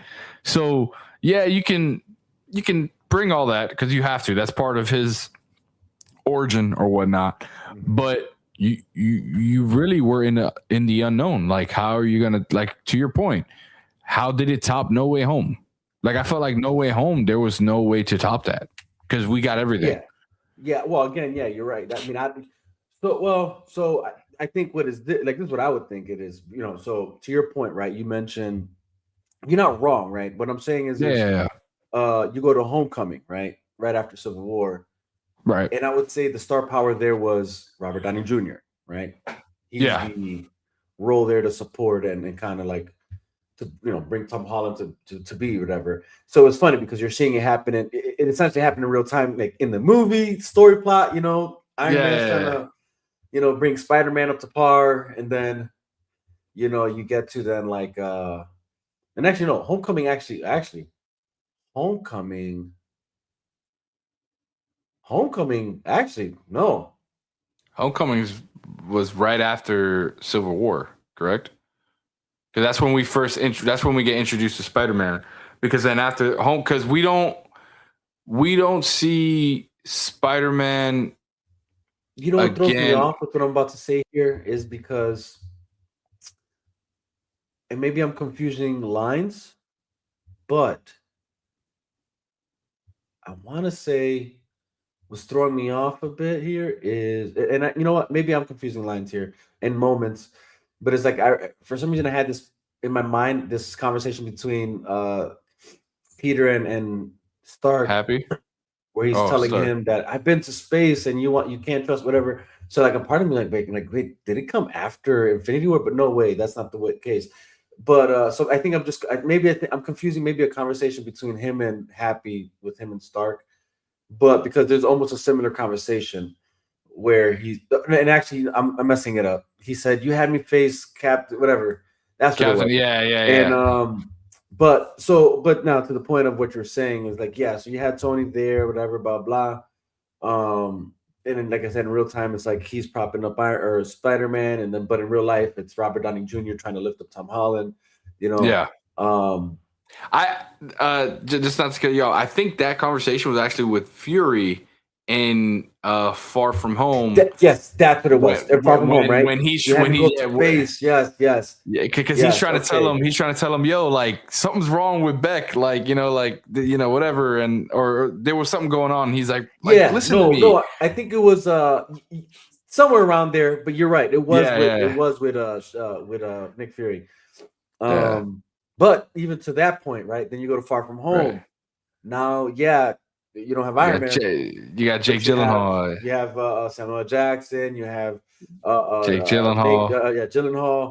Gyllenhaal. So again, good star power.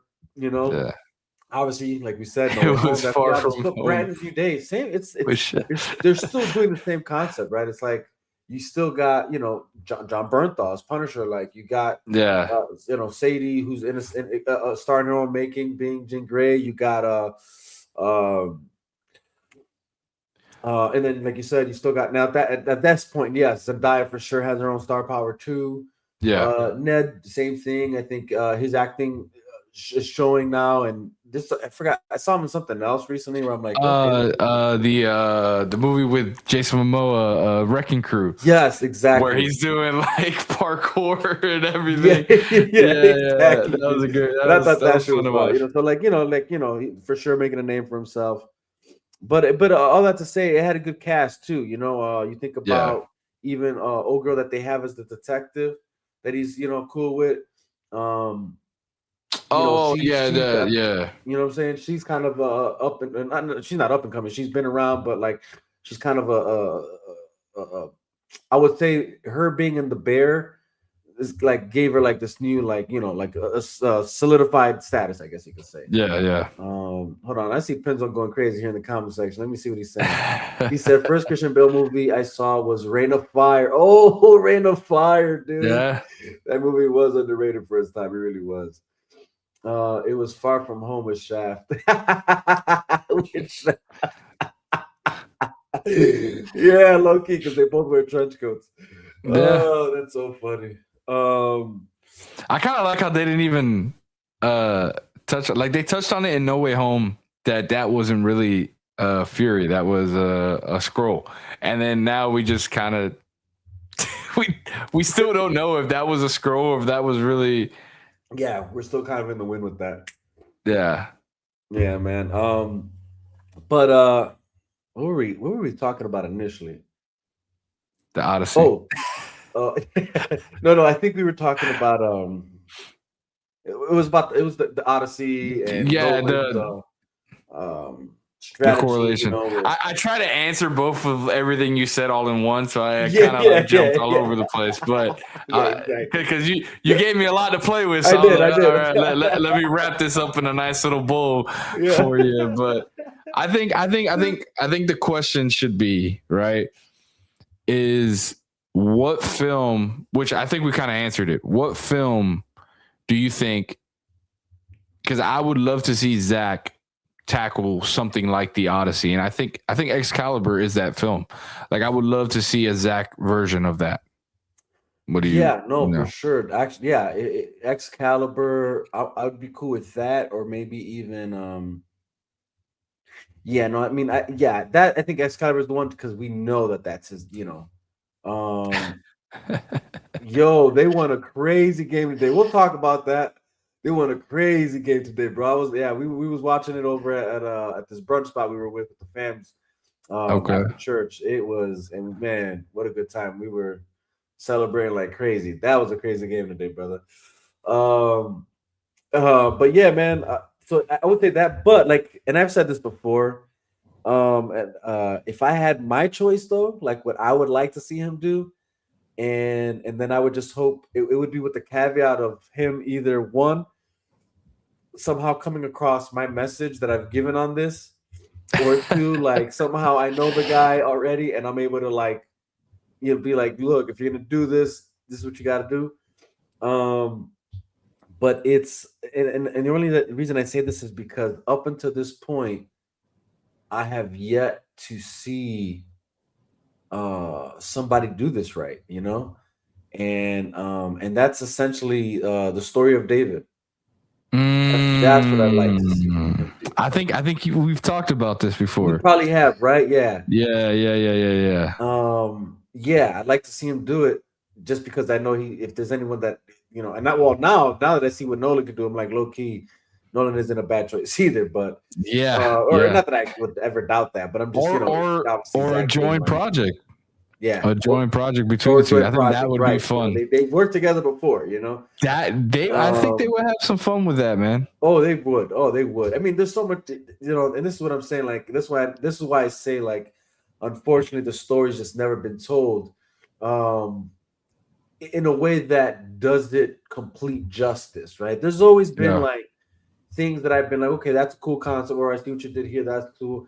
I haven't seen the show, David. I know you've been trying to put me onto it, Penn, and that's on me. I should watch it and give it a shot. But it's an interesting take. It's an interesting take on Prime. Yeah. Okay, you've watched it already? I've seen a couple episodes. I'm on a Reacher push right now. I don't blame you. I don't blame you. Yeah. The only reason I haven't gotten into it because already, when I saw the trailer, it already did the very thing that I hate that they do all the time, and that's that you give me a scrawny David. You know what I'm saying? Like, essentially, he's not like, he's just a guy, a regular guy. You know what I'm saying? So that's the only reason I haven't seen it. I was like, like, all right. That I like that, Penn. I like that. What did he say? He said, I want to see a good Samson movie or a creative Jonah movie directed by Zach. Yeah, no, I mean, look, actually, there is a pretty good Samson movie, though, that did come out not too long ago. But yeah, if Zach would have done it, it would have been probably on a whole nother level. But I will say, the one that I did see, it really wasn't bad. One, it wasn't bad, but like it was actually really good, and two, surprisingly good. Like at that, I think that's the part that just caught me off guard. I'm like, yo, this is kind of crazy. I I didn't think it'd be that good. You know. So to Pin's point here, I think this is what kind of got me intrigued. Like I have it on my watch list. Like I'm gonna watch both seasons, but it was very like almost on par with everything with scripture, and I was like, yeah, I can get into this. You know me, I have so many shows that I watch that I was like, I'm gonna keep this on like when it gets dead. So well, if David is scrawny, I'm sorry to break it to you, then it's not spot on with scripture, bro. Like you can't say it's spot on with scripture, but then like it's gonna completely avoid like an important detail to the character from scripture. Like, what are we saying here? Yeah. But no, I do want to give it a shot. I do want to. He said the Samson movie you talked about was cheeks. I don't know, bro. I don't know what Samson movie you saw, but the one I saw, it was pretty good. You know. There was like this cool part of the movie, honestly, that so are you familiar with the story of Samson? Not 100%, no. Okay. Well, you might know this detail because I feel like it's something that even as a kid when you were in school or Bible or Sunday school, right? Yeah, I know basic. It was part of the stories. But there's this moment where he like somehow finds the donkey's jawbone, and that's how he starts defeating all the Philistines that were surrounding him. So they take that scene in the movie, dude. They do that scene, and he said we talking about the same one. And what I liked about it is, what they did there in this movie is exactly what Zach did with Batman in the warehouse scene, right? And what do I mean by that? Is that I'm intrigued. I'm intrigued. You got me. I'm in. I'm in. This whole idea that every bad guy's waiting to have his chance to fight the hero, so it gives the hero a chance to have an even fight with each. You know what I'm saying? Like instead of like everybody just trying to jump on them at the same time, you get that in the warehouse scene, right? Like you got Batman, you know what I'm saying? Like because that's what you would really do. You're gonna jump the guy, not get him, man. Okay, I'll get him, So there's this scene, like, in that scene, like I said in the story, where the Philistines are trying to attack Samson, and he grabs his donkey's jawbone, and bro, they're all charging him at once, and they did something that, like, not that I can recall that this is in the Bible, like that it says this happened. I could be wrong because it's been a while since I read the story of Samson, but what was intriguing about it is that, again, obviously we know he was strong. He had super strength, right? Like that's his essentially that was his superpower, right? Yeah. But when they're attacking him, it's like the reason he was able to kill all of them at once is because there was also like this, like if he was strong, he was also like physically capable so he was fast, like. So it's like there's a scene where it almost looks like he's attacking them with like super speed. Like he's a lot faster than they are. So like you got like 5 guys coming at him, but like, and he got this like large ass donkey jawbone, and he's just like pop, pop, pop, pop, killing him, like, and they all keep falling, like bang, bang, like, but blood, like, because obviously he's striking them hard, like, so you see the blood and all that. But it was like fast, you know what I'm like. And I was just impressed by that. Pin, bro. We ain't about to. Ain't no Degrassi shaming here, all right, bro? Oh, what did he say? So why you lying? The best actor ever, Drake, is in that shit. Seriously, that was the only good scene. The acting was terrible. Degrassi and the L were terrible. Hey, Pin, I'm gonna tell you something. After how many decades of CW TV, there is no bad acting for me. I've seen it all. If I can sit through that, I think I could sit through the Samson film. Right. Like, I mean, he honestly, I mean, the acting. I don't know. I can't really remember how the acting was.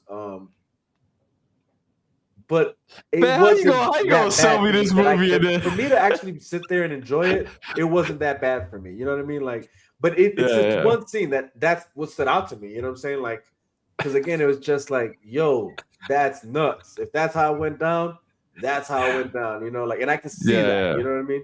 Right, right. But I don't. I can't really say. I There's can't a remember reason if you the acting don't was that great. remember. You said there's a reason you don't remember. Do you remember that time when films it was like in the early 2000s where films Yeah. were just like being released in different studios and acting wasn't a par, but it was very action like a good. So I don't know if you have Roku, but so 50 Cent, he has this channel on there. It's called the Action Channel. Or 50 Cent Action or something like that. And it's nothing but old school, like I'm talking about like sci-fi film, like sci-fi channel film movies. And it's like all his old films as well, but it's like nothing but action. Like you see Expendables on there all the time, like, and you see a lot of those like old. So that channel, it's free. It's on. It's like I said, it's on the Roku Live TV. Yeah. That channel, for I don't know how, but he got the rights to Spartacus, and they were showing the old Spartacus shows on there. I was And just watching on Netflix. That's what got me. So yeah, I had started on Netflix because they were all on there. But then, like before I started on Netflix, I was just on that channel. I'm a 50 Cent fan, you know, watch Power, all this, and they were playing Spartacus back to back, only to find out that, you know, this I caught up on Netflix, and then I saw that the House of Asher came out. What is he saying over here? Now I understand why you liked the new Superman. Jeez. How did I know I was gonna get that? I was gonna get it, bro. Hey, listen. Yeah, I mean, I think the acting was the best part of that film. I'm not gonna lie to you. I'm not gonna lie to you, bro. The acting was the best part. You know what? Actually, probably was the best part. Okay. You know that, especially that one scene where he's like grabbing up Lois and putting her on the thing, making breakfast for her, and so yeah, that was great acting, bro. Oh man! No, but you were saying so yeah, so he has the channel on there. I'm gonna have to check it out. I do got a Roku TV, so yeah. Oh, dude, and it honestly, it's actually brought back that love for like old school action films. Like, you know, I think a lot of times they show like Lethal Weapon on there. Sometimes they show, dude. It's like if you are a action junkie, that is the channel for you. Like they have so many good old gems that you're watching. You're just like, man, like I haven't seen this in years, and it's on there. So yeah, definitely. Like for those of you who are watching around, like go give that a shot. But yeah. Just thought that was a cool thing to say. Yeah, that's a plug. Hey 50, if you're watching, look, man, I'm plugging your show, bro. I'm plugging your channel. Like you know, like what's up? That's hilarious. Whatchamacallit? Yeah, back to the original question. It'd be David, right? It'd be David. Yeah. And you know, you guys got my. He said this man got a sponsorship. Hey man, I'm part of that green light gang, baby. Let's go. Oh man, so funny, dude. But yeah, it'd be David, man, and like I said, that my reasons are what they are. You know, I'm gonna have to check out this David series. Just obviously, I'm already not a fan of the physique of David, but maybe he gets bigger. I've heard he gets bigger. I mean, Pin can attest to it, right, Pin? You know what it is, because I think it starts, and if I remember, somebody even told me like how it starts, and I was like, well, how does he look when it starts? And the fact that they kind of like solidified kind of my fear, not my fear, but like what I dislike, and it's that again, it's like when he faces David, he's some sort of like scrawny kid, you know, and low key, that's like countless years of just misinterpretation of and not even. I feel like it's a couple of things. I feel like one, it's misinterpretation. Two, thinking you have to make God look better than what he already is, you know? Yeah. So, you know, so there's this idea, you know, the idea is like, oh yeah, he was able to defeat Goliath because of the power of God, you know, like, and that's all there is to it, you know? And it's like, it's insulting in so many ways because it's kind of like, oh, so we're just gonna overlook the fact that God was preparing David as a shepherd, defending his flock, by going up against bears and lions and wolves to keep his flock safe. What did he say? He said, bro, you're gonna like it. He's getting bigger. He started young, but he about to have the That beard. beard came on point. That's hey, look. I don't care where he's headed. I like here's where he started. And again, if they start him young and scrawny and all that, that's just not right. Like I said, it's not right. It's really not biblically correct. I know we're off this subject, but I just saw this on Twitter right now. So Sil, he just reposted right now. This thing is Lanterns got to its first interesting scene in 2 episodes, and then the episode immediately ended. And then Sil reposted and put hashtag Lanterns amazing. Bro, what? Oh my gosh. Oh, did he? Yeah. Now I wonder, did he watch it? You think? No, he didn't watch it. He's strictly going off of what people are saying. Oh, gotcha. Yeah, he was live earlier today. He strictly, yeah, he was like, nah, the streets told me not to do it, so I'm not gonna do it. That's what he said. No. Hey, that's what I'm talking about, Pin. That's what I'm talking about. That's how he should be looking. That's how he should be looking. Lion bears for his sheep. So, you know what? You know what's funny? So I am reading the Bible. Now. Hold on, wait. Let me see if I got it so I can show it to you real quick. So I'm reading this cool version of it. Hold on 1 second. Yeah, go ahead. But yeah, Pin, that's what I'm talking about, dog. He's supposed to look like that. You know what I'm saying? I mean, maybe not as crazy, but you got to make him look the part. There's just so many things that show that that's what he was supposed to be in that moment. When you read the scriptures, the fact that they think he's some sort of kid, and honestly, the only thing that they think that, the action Bible. You know what's funny? I've seen that, and I've always been contemplating to get it, but I just never pulled the trigger on it. Yeah, so one day I was these are sold at your local Walmart, so you go to Walmart and get this. So this has the Old Testament and the New Testament, and it's legitimately the Bible but in comic book form. It's ripped off like it's same. It starts the same, everything's the same from the Bible, and it's just in comic book form. And I think actually right now where I'm at, because I was like, man, I want to do it. It's been a while since I've read the Bible, and I'm like, yo, let me just jump on this.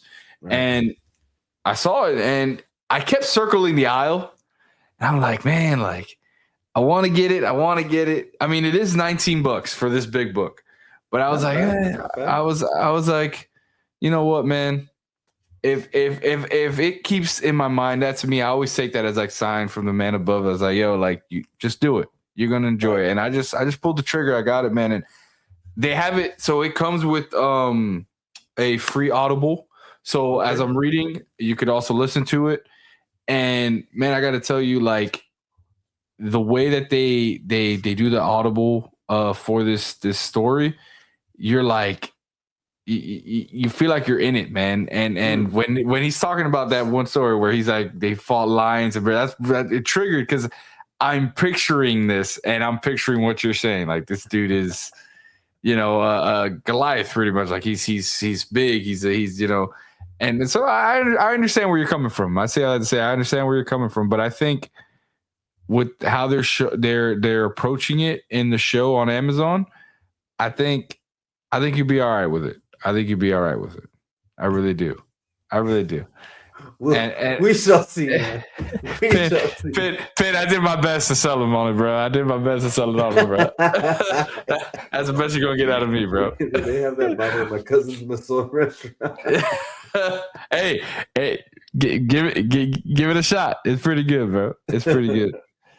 Yeah, I mean, again, like I said, it's one of those things where it's like, I guess for me, it's like what bothers me about it is like, I think it could be epic in the sense that, you got your heroes like Hercules and, these warriors renowned, Achilles and rightfully so. Like when you got to, when you got to play the actors playing the role, they look the part. Is my whole point. They look the part. I just want to see that for David. You know what I'm saying? Like put some respect on my man's name. You know what I'm saying? Like he's that guy. Okay. This guy's killed 10,000s, while Saul killed only thousands, whatever, whatever the thing is. I see My man where went you're to the coming from. enemy's camp and chopped off penises. Or whatever it was Saul had him do. I can't remember. Getting you know what I'm saying? This guy is crazy. But no, but like real story is just again that's how solid. But I mean, look, everything else I'm sure is on point. But that is a thing that bothers me because it's like I want people to understand that he really was this like, what I'm saying, warrior, even when he was facing Goliath. This idea that he was just some, and when I say warrior, I mean is like he was of shape. Is my whole point. Can I ask you a question? Yeah. Did you feel this way with the Masters of the Universe film? Oh, yeah, sort of, kind of, yeah. I Okay. felt the same kind of way when it came to the guy who played it because I was like, I mean, don't get me wrong, he was pretty fit, but still, I'm like, man, if only I feel like he should have been bigger, just to be more accurate to the part of. My dad had the same argument. He's like the movie was good, but like he wasn't He-Man. He was not He-Man. It was like it fell short of him being the actual He-Man that I know. Yeah. Swole, but the storyline was great. You know what I'm saying? Like everything was great about the movie. It was, but yeah, I did want him to be bigger. Like I needed him to be bigger to again fit the role. Okay. And yeah, so yeah, so it makes sense. It makes sense. That's all I want. You know what I'm saying? That's all I want. I don't want the scrawny hero looking dude. You know what I'm saying? Okay. Same thing with Superman. You know what I'm saying? Like, yeah, that's why I can't get behind the David Corn sweat. You know what I'm saying? Like, it's like, bro, you're just not on that level, my dog. You know what I'm saying? Like, you ain't on that caliber level. I wanted to tell you something about that. So you remember the last time I was on here? I think it was when they were getting ready for that Supergirl run before Supergirl dropped, and I went on live with you. And you remember I was telling you how, like, in the local cable channel, they were showing all the Zack Snyder films. They were showing Man of Steel, BVS. So go on to show you today is, I guess you want to call it Lanterns Day. Guess what's on TNT, TBS, and Fox? You had Man of Steel, the Aquaman Lost Kingdom, and then you had Black Adam playing on all three channels before 9 o'clock today. So that's crazy. They're really banking off the Zack universe on basic cable. Yeah, for sure. Because but that's like that's the part that's crazy to me because it's like, you mean to tell me you don't see this? Like, like whoever's in, and this is why integrity feels the way he feels. It's so obvious that it's just crazy. You guys are going against the grain. You know what I mean? Like, I mean, a person like me would think, if you're trying to promote Lanterns, why not show Superman 2025? Because he is going to be in the next Superman film, right? That's what you should be showing. You're right, because that's connected. Low-key, my bad. I didn't realize. Josian, I see you on IG. I don't know if you're still watching. I'm assuming when you're saying I need to see this movie, you're talking about the Odyssey. Yes, you do need to go watch it, bro. It's 100%. Really good movie, man. Really good 100%. And yeah, to kind of wrap that part of the conversation, yeah, it's it's that this is why I love the Chop Shop, bro. We start on one topic and we end up on three different ones. It's amazing. That's what we about over here, man. You know what I'm saying? Trying to expand our horizons. But he said, "What contract is not done yet? Once digital and streaming contract hit the date, it can go on cable." True, that's also true. Yep. Superman 2025 has been on TBS and TNT already. So there you go. That is not an excuse. That has been on and it's been on Fox. No, look at that. Or FX, whatever it's called. FX. Right. Yeah. So, but like you said, I mean, if they did, but now we're still showing the older stuff, it just goes to show they know what people want more. But, exactly. And what the companies like want. Odyssey. That's movies Yeah. like The Odyssey, you know what I'm saying, that have good, compelling stories, man, that you're drawn to. You know what I'm saying? Like it doesn't, like I said, man, what separates The Odyssey and movies like it, like BVS, Man of Steel, is that I go to the theater, I watch these films, and I'm leaving the theater not just talking about the you know, if it is comic book stuff, let's just say, I'm not just leaving the theater having the conversation I had after Brand New Day when I left, and that's just the comic book stuff. I'm Yeah. leaving that theater talking about life. I'm talking, you know, what I'm saying, like I'm talking about like, you know, a heart. I'm talking about character. You know, what I'm saying, I'm talking about psychological analysis. You know, like why this guy did what he did. You know, like why, you know, like what motivated him, what pushed him. You know, what I'm saying, like the plot twists of like, you know, like something as deep as Odysseus and his men, and the Greeks essentially were the seamen, or the men at The semen. whatever. You know what I'm saying, that they're talking about the whole movie. You know what I'm saying, like that. Yeah. You know what I'm saying, like I'm leaving the theater talking about stuff like that. You know what I'm saying, again. You heard it here With the first. Batman. Vegas talking about the semen. Dude, yeah, no, I was trying to like it is Seaman though. No, the man of the sea. What do they call him in the movie? It is the Seaman though, but it is crazy. When I heard myself say it, Rich, I'm like, oh, that's crazy. Hey, all I heard was I couldn't let you just slide by that, bro. I couldn't. You know, I had to say so. At this point, I'm just gonna commit to it. It's the Yeah, Seaman, at this point, the white ones, yo.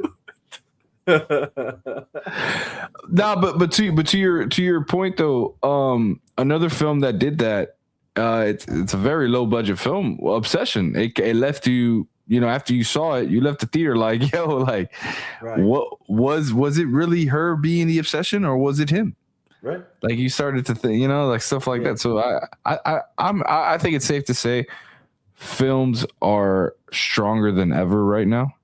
I think we're at a point where it's like we're finally. Or the point. I think the point is films could be stronger than ever. Like could not be, every yes. film is. Yeah. But there's like, you really should have no excuse. You really, if you're really up to the task, and you want to deliver, you can do it. Your movie can be successful. You know, whatever. It doesn't have to, like, it shouldn't flop like Supergirl did. You know what I'm saying? Like that's crazy. You know what I mean? I still haven't seen that movie. Well, good. You know, freaking yeah. You know, yeah. I'm not, you know, I don't want to beat a dead horse, but just like, or even Lanterns for that matter. Golly, you know, bro, like the Green Magicians. When he said the white white ones, yo, on the chat. What came to my mind though was that scene in Lanterns in this episode between you know, John and the wife of the cowboy guy, whatever. You know, and it's like this weird conversation of how bad white people are. You know, like it was just weird. You know, I'm like, what are we doing here? Like, why is this the conversation? Why is she? Yeah. You know, why is she coming off as some sort of like? Yeah, just it was weird. You know, the whole race conversation. You know, like making it was just weird. You know, I'm like, this is the discussion. You know, like. Yeah, it was just weird. It was a weird choice of dialogue to have, you know. And then John getting kidnapped and all that stuff too. Like that was confusing. Oh, that was weak as hell. It was weak as hell. Yeah, that was confusing. Yeah, he gets knocked out by a black truck. I was like, what is going on here, bro? Yeah. No, that was weak as hell, bro. It was weak as hell. But you know, and that's why this is what it is. Amen. You know what I'm saying? Like, and when we do this, you know, when this happens, we're gonna get Odyssey level movies. You know what I'm saying? Yeah. That's, you know, needed. You know, like it's sad, honestly, low key, that we never even got, like, well, other than those that got to see it in theater, you know, the limited IMAX release of 70. Yeah, Zack Snyder's Justice League, you know. But apart from that, I think we're gonna get our day. yeah, We're it's just sad gonna. we never got to see that in theater, man. Like, me personally, at least I can't see it, I didn't. Yeah, I didn't. So it's like, man, to see that in theater would have been great. But yeah, again, it's storytelling of that proportion. You know what I mean? Yeah. Um, We're gonna and get our then day, man. yeah, we'll have our day. But yeah, that's what we need to get back to, man. And it's again, bro. Like honestly, I can have a whole nother probably podcast of its own, actually just discussing the things that you get from the Odyssey. You know what I'm saying? Like that's Yeah. just how deep the movie is. Honestly it does require its own discussion, to actually break down like everything that happens in that movie. Do you know when it's gonna go? I mean, it's probably gonna be a while from now. Do you know when it's gonna go on digital? I don't know, but like why rush? Yeah. No. Yeah. Well, I mean, You know what for my personal. Yeah, no, Like, honestly, it's funny because even on the third watch, there's certain scenes that I'm like, oh, I wish I had like pause, fast forward, pause. and rewind, and like what did they say, or like because yeah, some We moments we should plan something to where when it does drop, we should do like a watch along breakdown. Like I think that would be great. That's a good idea. You're right. We should do that. I We like definitely that. should do that. Yeah, because it's worthy of that. It's definitely worthy of that. It's such a good story, man. Such And a then good story. we'll put Supergirl like very small next to it and be like, this is how you don't make a film. Yeah, Yeah. exactly. Oh, dude, that's it's just heartbreaking that that's even a reality right now. But yeah, Shout man. out to Sasha Kaye, man. Yo, shout out to Sasha Kaye, dog. I miss her, bro. Man, I miss her too. I don't know if that much. Jeez, man. To think she was going to be a Man of Steel 2 with Henry Cavill, Brainiac. Man, dude. Anyways, restore the Snyderverse. Yep. And low key that even the, it's only right we do it. Let's go ahead and show this because honestly, oh wait, okay, no, it is. Did I pause it? Yeah. Let me just show this. It's worth plugging it because honestly, watching this, I'm like, yo, I didn't even know what this movie was gonna be about, but looking at this trailer, I'm like, yo, this is sick. Oh yeah, give it to me. I need more Zach films in my life. Let's go.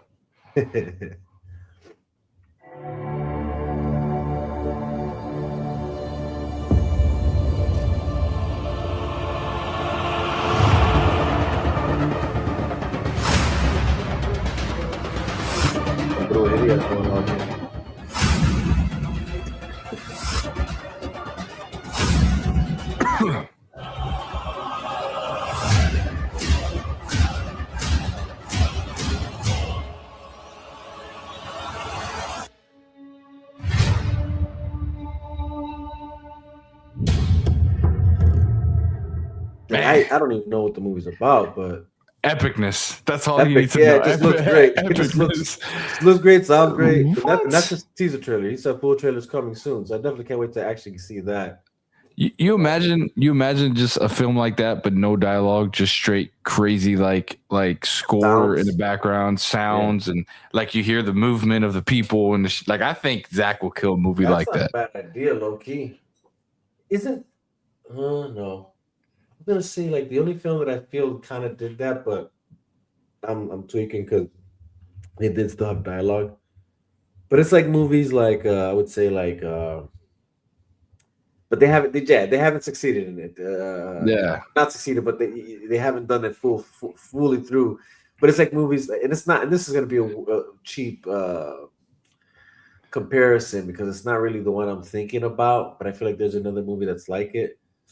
But like like World War Z type thing, like be quiet because of the threat around you, So it was more sound. Like, there's moments where it's just sound more than dialogue because like A Quiet Place and stuff like that. Yeah, stuff like that, Yeah. But like, yeah, to see something like that fully through, yeah, that'd be crazy for sure. A good film. I don't know if you've seen it. It's it's actually a Christmas. It's a Christmas movie actually. It's silent. Like a Christmas action movie. It has the guy from. It actually has a guy from Suicide Squad. He plays the. I guess he's like a mute in the film, but he's like they kill his family and he's trying to take revenge on them, but he can't speak throughout the whole Oh, film. Yeah, I think it's called like Silent something. I'm not sure, but it's considered a Christmas movie. it's called Um, Silent Night. Silent Night, something like that. Yeah, I think so. Okay. Yeah, Yeah, I mean that makes sense if it was called that. I mean, again, Silent Night. yeah, yeah. Let me, as a matter of fact, like you said, we're on. Yeah. Let me check this out. Uh,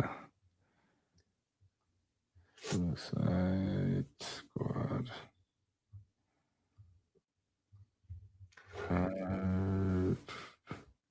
Mm. Oh wait, that's why. Yeah, as a matter of fact, it's called that Silent Night. 2023. That's when it came out. I do. I feel like I remember seeing that like trailer. Yeah, here. This is what the cover looks like. I don't know if you could see that there.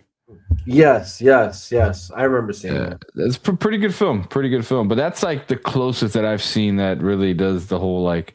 There's like a whole segment where there's straight up no dialogue. It's Oh, that's just crazy. straight action scene. Oh, that's dope. That's dope. Yeah. That is dope. Yeah, man. Let's go ahead and talk about this for a bit because obviously I want to say this came out while we were live, like that. I don't know if you recall, but obviously, R.I.P. Hayden Panettiere.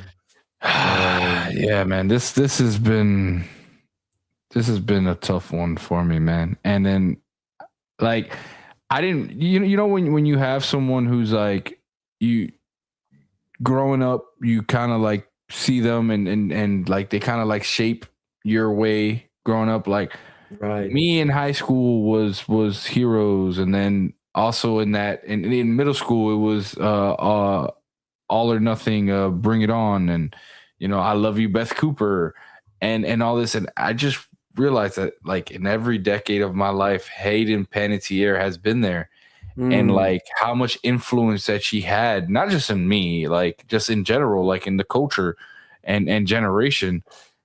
And it's just sad to like to see that this happened, but then the right. development of stories that is coming out of it too. It's kind of disgusting. It's kind of Yeah. crazy. Oh no, 100%, bro. 100%. I don't know.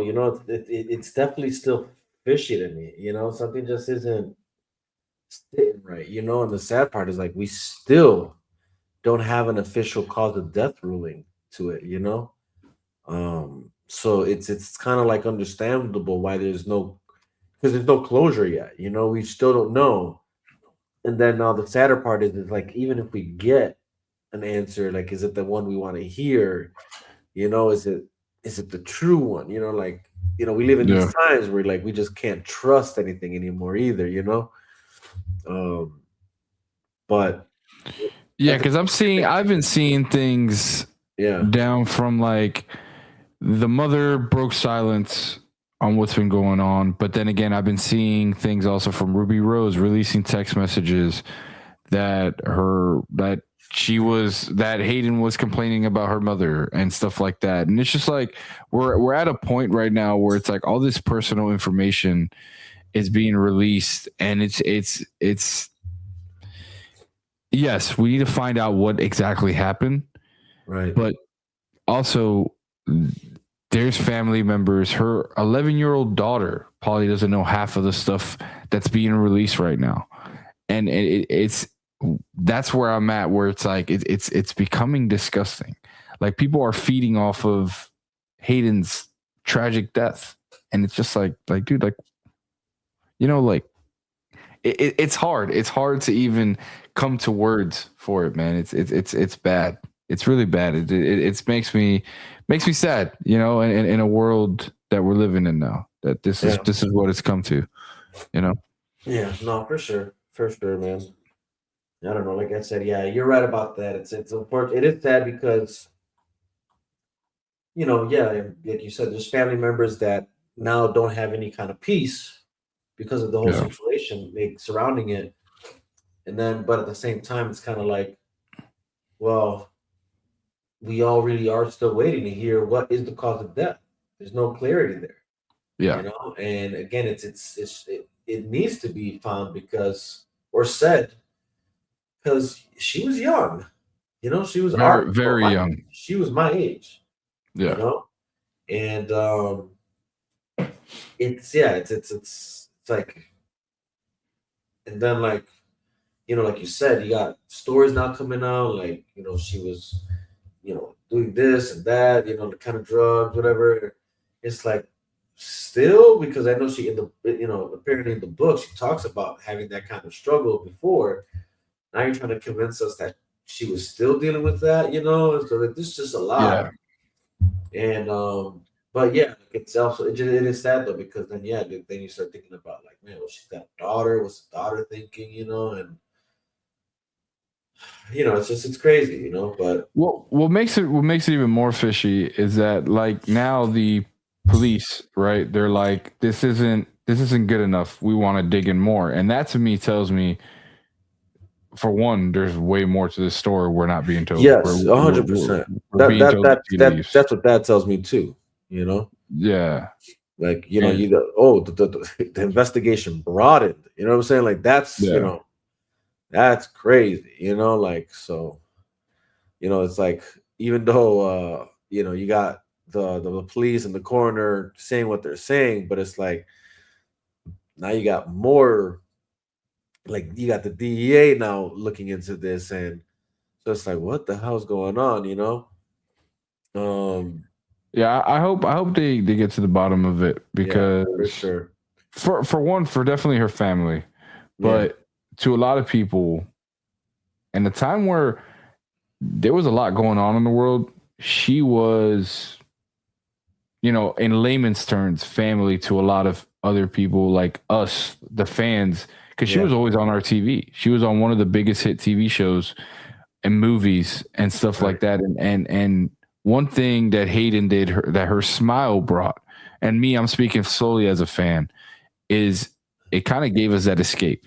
Whenever she was on the screen, we escaped, and we for that hour or 2 hours, we were locked in on whatever Hayden was doing on the big screen TV. Yeah, And to see someone like that who had that much influence just ripped away from us at yeah, such a young age, yeah. you know, it's not right. It's just not right, man. No, yeah, I agree, man. I agree. Again, like since this happened, like low key, I put the wife. I'm putting the wife on because apparently she never watched it, but I decided to go rewatch Heroes. Like I'm like, man, Yeah. like again, that was my I mean, well, technically, I guess my introduction to her was Remember the Titans, but the reality is like I don't remember her like that she was in Remember the Titans. Although now when I rewatch, I'm like, oh yeah, that was her when she was young, Yeah. But Us Disney fans, when she was in that the ice, like it was like a ice skating movie as well. She was in okay, there. But for me, I mean, growing up, just because I was always a big fan of the American Pies and the stuff like that. yeah, The clock, the stopwatchers or whatever that one, when the guy with the watch who like can change, who can go through time. oh Um, yeah, that era was when Bring It On was humongous, yeah, and her being on Bring It On, that was, so I was trying to find it and I couldn't. The only place that they had it, I had to rent it from okay. YouTube, I and I'm hate that. like, I hate that there's like certain movies that you have to rent or buy. Like yeah. it's not on any streaming platform. I can probably say that I was like, I didn't even hesitate. I was like, I need to watch Hayden on my screen, like Yeah, after this news, and I rented it, and I just was like, it is what it is, and and I had to that's watch it. funny because yeah, I again I know her from Heroes. That's essentially my introduction to her. But though my girl at the time, she was big into Bring It On, and she Yeah, had yeah, the yeah, entire the 1, 2, 3, 4, all the Bring It Ons that came out, which I didn't even yeah. know was a thing, to be honest, at the time. Right, right. And It's like American Pie. That's what I'm saying. It's like you had American Pie 1 through 3, but then you had yeah, but like see, well, I summer knew about camp. American Pie 1, 2, 3. I just didn't know. I just knew that all I knew was Bring It On 1. I didn't know that they continued it. There's more American Pies, by the way, than 1 through 3. Right, They right, they, they 100%, spin yeah, off to like and that's also true, college right? and And yeah, then obviously at a certain point I fell off. I'm like, you know, but yeah. but but yeah, like I remember we were watching it. I was watching with my girl at the time, Mm. and so we were watching it in order. Obviously, part one first, and two, and then I remember when she put in three, and boom, like oh shoot, it's it's Claire Bennett, Yeah, yeah, yeah, yeah, because yeah. that's how I knew her, like as the character from Heroes, And she's you also know. a cheerleader. And That's a she funny did. thing. That's what made it interesting to me because I'm like, oh snap! Like I wonder. I said. I think I said like. I wonder if that's how she got this role. Like, since she technically played a cheerleader in Heroes, maybe that's how she got this role. That yeah, yeah. No, it's funny. I was thinking the same But thing. yeah, it's like I said, but like rewatching Heroes, I'm like, man, it's just such a good show, man, and in her performance as Claire Bennett, Yeah, um, it was she played the role well, man. Like it's like wow, and I'm definitely gonna go watch Nashville too, again, but I'll yeah. start with Heroes. That's where I'm at now.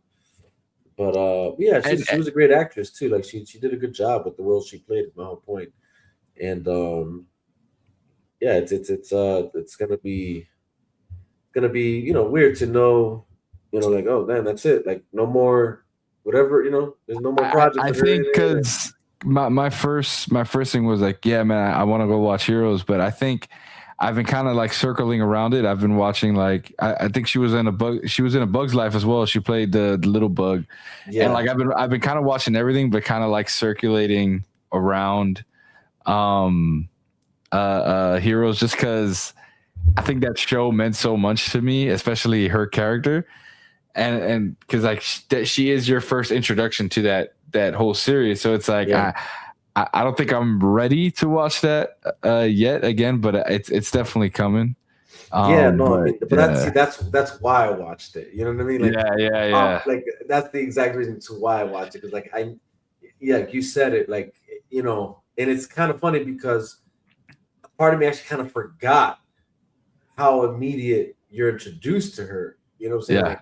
Like I knew she was one of those characters you see at first, but it's like immediately in that first episode, you get the Save whole, save the speak of cheerleader, her, save the world. the you know, uh testing out her powers. It's like, oh snap, like yeah, like but it was like for me it felt nice to know, like what I thought to myself was, sometimes I'm glad that I don't really follow the tabloids or the gossip around, or like TMZ or stuff, like Yeah, because honestly I can care less, like not that I care less, but like I don't need to see these people in the image that you want to portray them, even if it's the yes, real them, whatever. You like that's.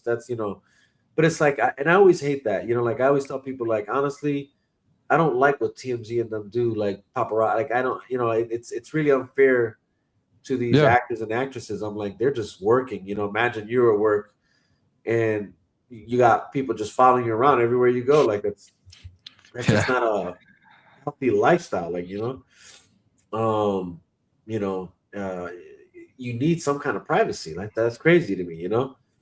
And so, but like I remember just thinking, like I'm glad that this is my memory of her. Is this yeah, show, like this? That's the imprint. In my mind. Like even though, like yeah, like I like her in Nashville. I liked her in Bring It On too. But like it was Heroes for me. Like yeah. that was her imprint in my mind. You know what I mean? Because he cleared that up. I know. Once I watch that, I feel like it's gonna feel, and I know, like, for me, it's like, oh, I'm just a guy who was a fan of hers, but it's like, if I know, once I watch Heroes again, because I've been, if you scroll on Twitter, there's clips of, when she gets tackled by her boyfriend who Oh, played football, yeah. and The next time. the next time, Oh, dude.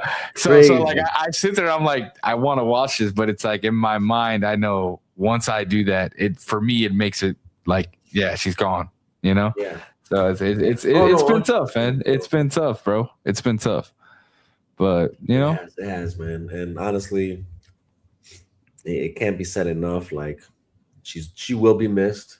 yeah, Speaking from the fans' perspective, obviously, yeah, yeah, I'm pretty sure the family's hurting way more. But right. and for that reason, my thoughts and prayers are with them. Um, and if there's anything I do hope is that there is some kind of closure to this, because it is sad, kind of like just a story that's still lingering now, Yeah, and what is the truth? Because unfortunately, because of all this, something just seems like don't seem oh right. yeah, funny, I don't know, so. But obviously, again, yeah, she'll be missed, man. And now, well, I guess now at least heroes, Claire Bennett, that's what I got. That's what we got in Nashville. Like, at least that what we can say is, like, at least she exists in a medium that she'll be with us forever, in a sense. Yeah, Um, and probably in the best types of way, right? You know what I'm saying? Like, it's not right. in the, whatever gossip or whatever was left. Although, again, yeah, the thing is there is that, again, it's that backdrop of the unknown of, like, what happened here, like, because that is what I'm constantly facing right now. I don't, it's like I'm trying to just enjoy the goodness of her job that she did with the shows that she was in. Yeah, Um, I feel and like that's how, we as fans can honor her. Just yeah, yeah, like show love to what she's done, because she really, really, from all the interviews that you've ever seen of her since she was, I think, she started when she was 11 or a little bit younger. yeah, probably right.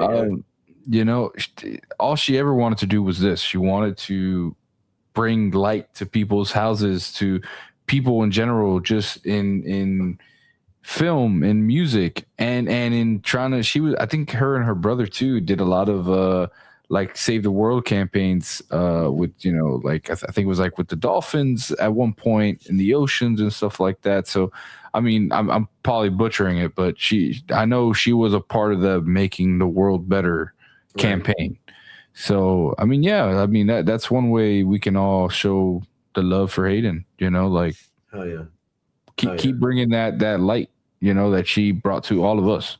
Keep showing it, keep watching it, yeah, hell yeah, So hell yeah.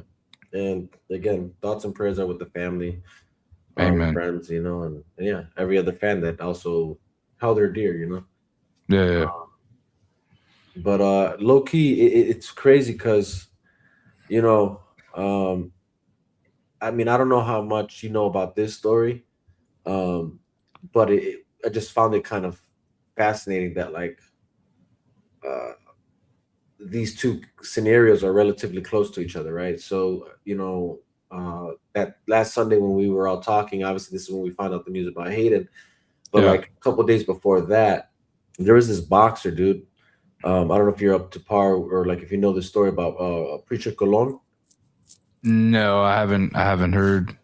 So essentially, he was like this up and coming Puerto Rican boxer, Mm-hmm. making a name for himself. He was undefeated at the time, and he had this fight against this other boxer. I want to say his name was William William something with a T, and trying to remember the guy's name. What was his name? Terrell Williams, that was his name. Yep. But anyway, so in the fight, bro, yeah, you know what I'm Yeah, talking about, I'm RIP. pretty sure. So he in this fight, bro, he was facing this guy, and this guy kept hitting him with illegal punches to the back of the head, and there was Jeez. rabbit punches, dude. Right, and the ref like failed to like stop the other boxer from doing it. The only time he finally called the point was at a certain point uh where uh the Colon Pritchard Colon, he kind of there was like he went for a body shot, but it kind of went a little lower, so it was like it counted as a low blow, whatever. And so then he wanted to give a point then, to take away a point, whatever. But then like Colon was like, dude, like what do you're gonna call that, but you can't, So then the ref then decides to take points from both of them, and then at that point, that's when he like starts supposedly, now calling, the legal shots, and so at another point, the dude does it again, and at this time knocks him down, from the back of the head, from a punch to the back of the head, and then the ref says what he says. But at this point, like, bro, like when I say like the amount of times this guy did that throughout the fight, it's kind of crazy.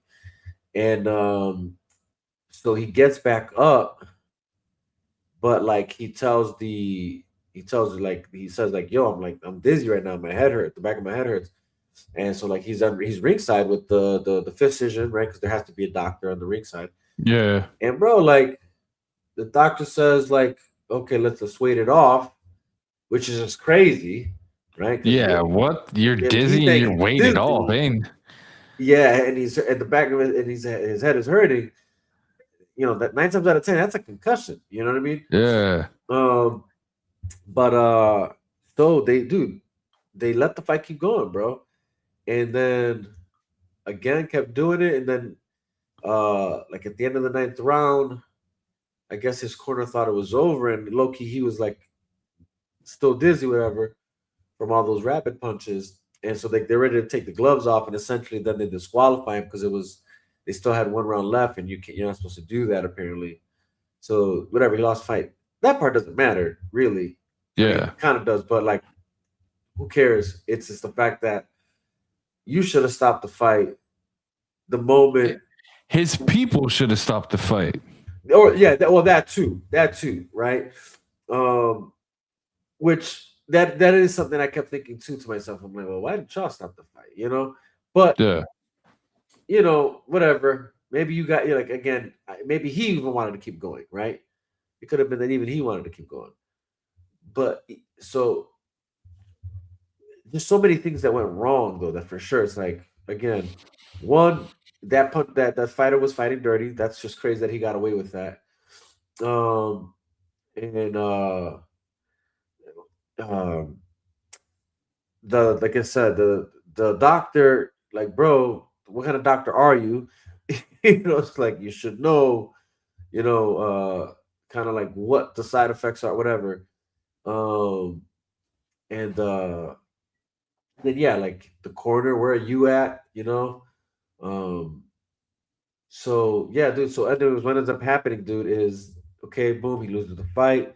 He goes to the when they go back to the lockers, right? Like the changing rooms and all that. That's when he like passes out, like while he's in there, whatever. They take him to the hospital, bro. And he had internal hemorrhaging where like there was blood and like it was bleeding inside the skull, you know what I'm saying? So they had to perform an autopsy or like or like a procedure, whatever. And essentially after the procedure, it left him in a coma for like over 200 and something, like something days, dude. And then when he came back from out of the coma, he came back like you know, yeah, he was essentially paralyzed, essentially, like he was back, but he wasn't, what I'm saying? He couldn't really speak, that, he couldn't move. They were trying to take care of him. There's like videos of them, like him trying to like do rehabilitation, but it just didn't give. So like, then it just turns out like, yeah, a couple of days ago, I don't know, like, I don't know what happened. The body just finally said it's time, like, you fought the good fight, but, um, That's dude. I hope that whole organization gets sued and like that's horrible. That's just horrible, man. Like in a day in a world now that we live in that this could have easily been prevented. Mhm.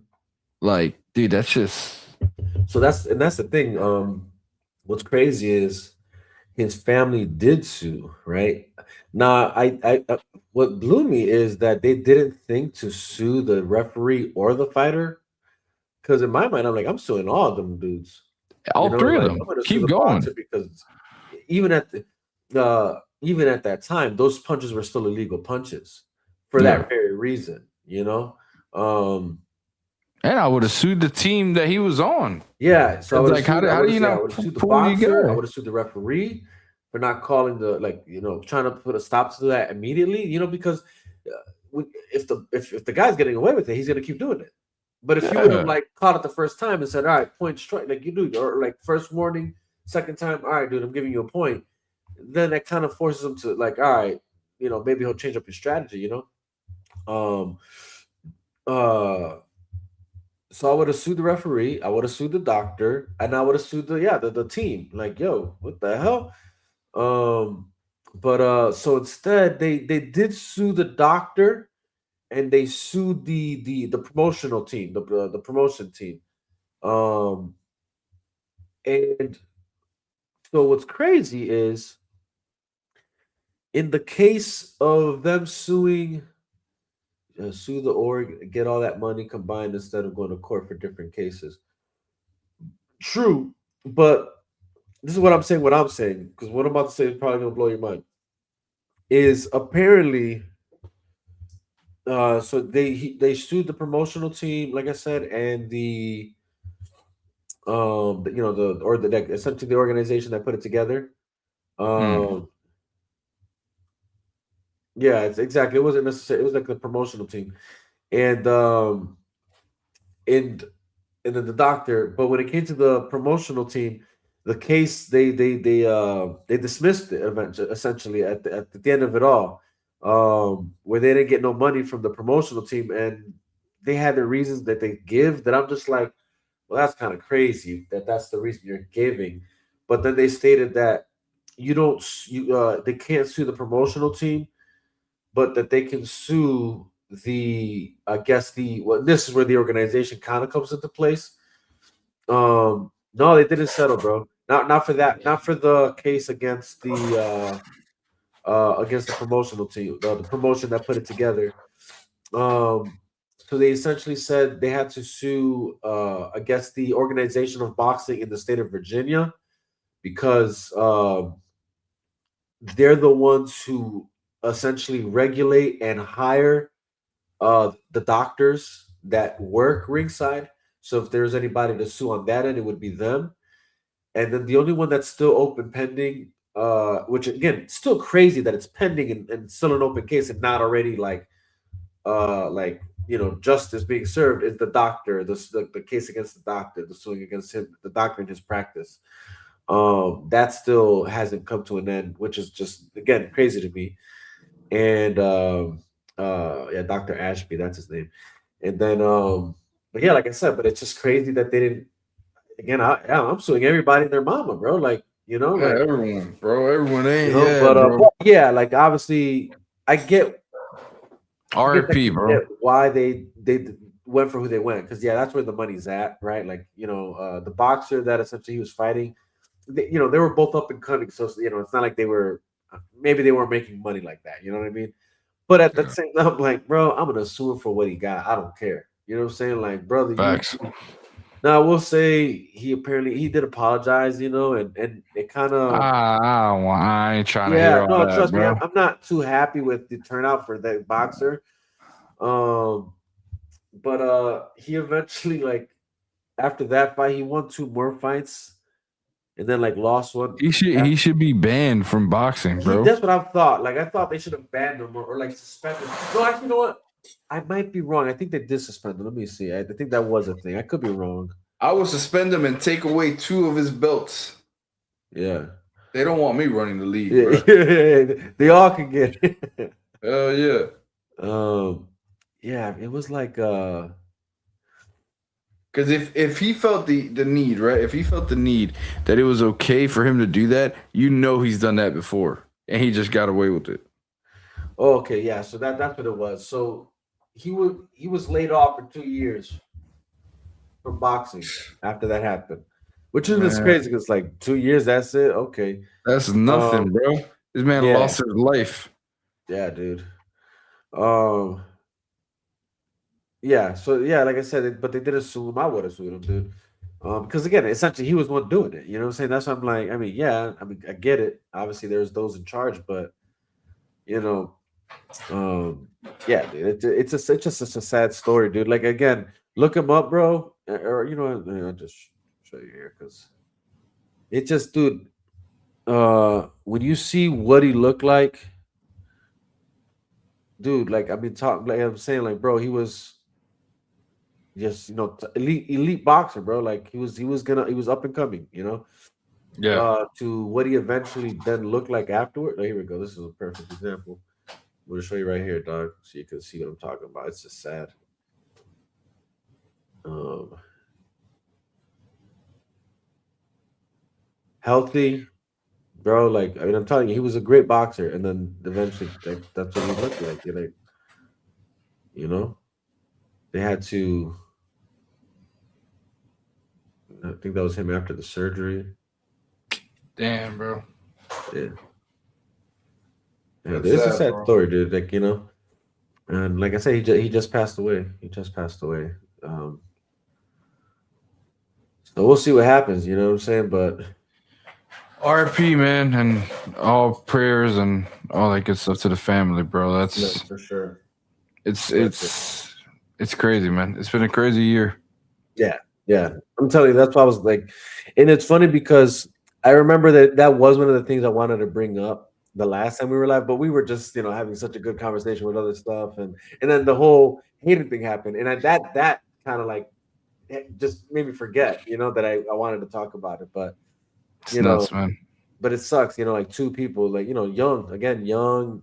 I mean, again, obviously with the Cologne situation, it's obviously like, well, that one kind of kind of I guess saw it coming, but still sad because it's like, man, It like definitely could I have been think what makes it prevented. more sad for me personally is just there's no justice yet for that for what happened. That to me is what bothers me about Yeah, it. Like, all right, we kind of all saw it coming, but where's the justice, man? Like who's paid the price for the lack of organization there with that situation, like again from the boxer not boxing fairly and doing those illegal punches, to the referee not calling things, to the doctor not stopping the fight when he should have, to the team that didn't stop the fight when they should have.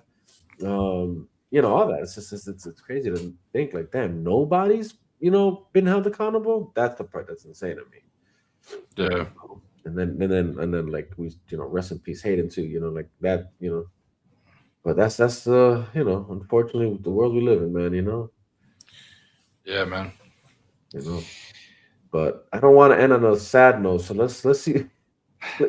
Let's see if I can Well, turn. it's it's not so much a sad note, man. It's things that we need to talk about, and Yeah, and exactly. No, I just want to it, make people aware, and yeah, we need to get these off our you know, chest, kind of share how we feel about these things, because again, Hayden, we grew up on watching her, like all over, like with from Heroes to Nashville to Bring It On and all these yeah, things, and like I said, this preacher Cologne guy, like I think in that situation for me, it's like bring awareness to the situation, let people know that there is a case pending, like we should, yeah, maybe I think the more we talk about it, maybe it puts pressure, on, yeah. what I'm saying? But it's yeah, it's sad. It is sad, but you're right. Like it's not a bad for us to talk about it.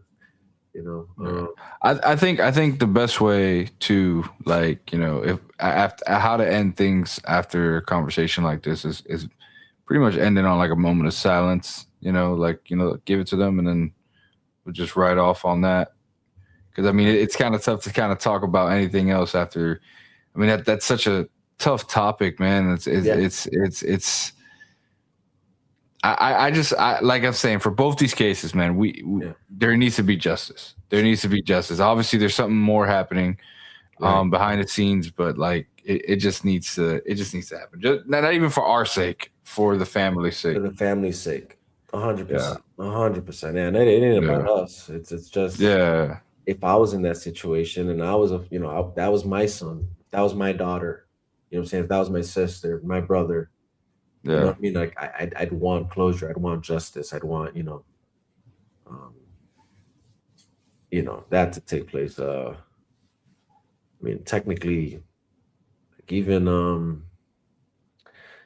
a hard one too, that's kind of like hard to like it's crazy that similar to like I guess the Hayden situation, and this one is even more kind of crazy because it's sadly controversial, you know what I'm saying? Because unfortunately, like certain figures are deemed, I guess, enemies to people. I guess like that's how divided we are in this world now. But like even when you consider we're about to reach almost like a whole year from the Charlie Kirk assassination, right? And that case is about to like take its route. You know what I'm saying? And you know, uh, sad that there's this like cloud of um, doubt, I guess, or I'm not sure what the word would be.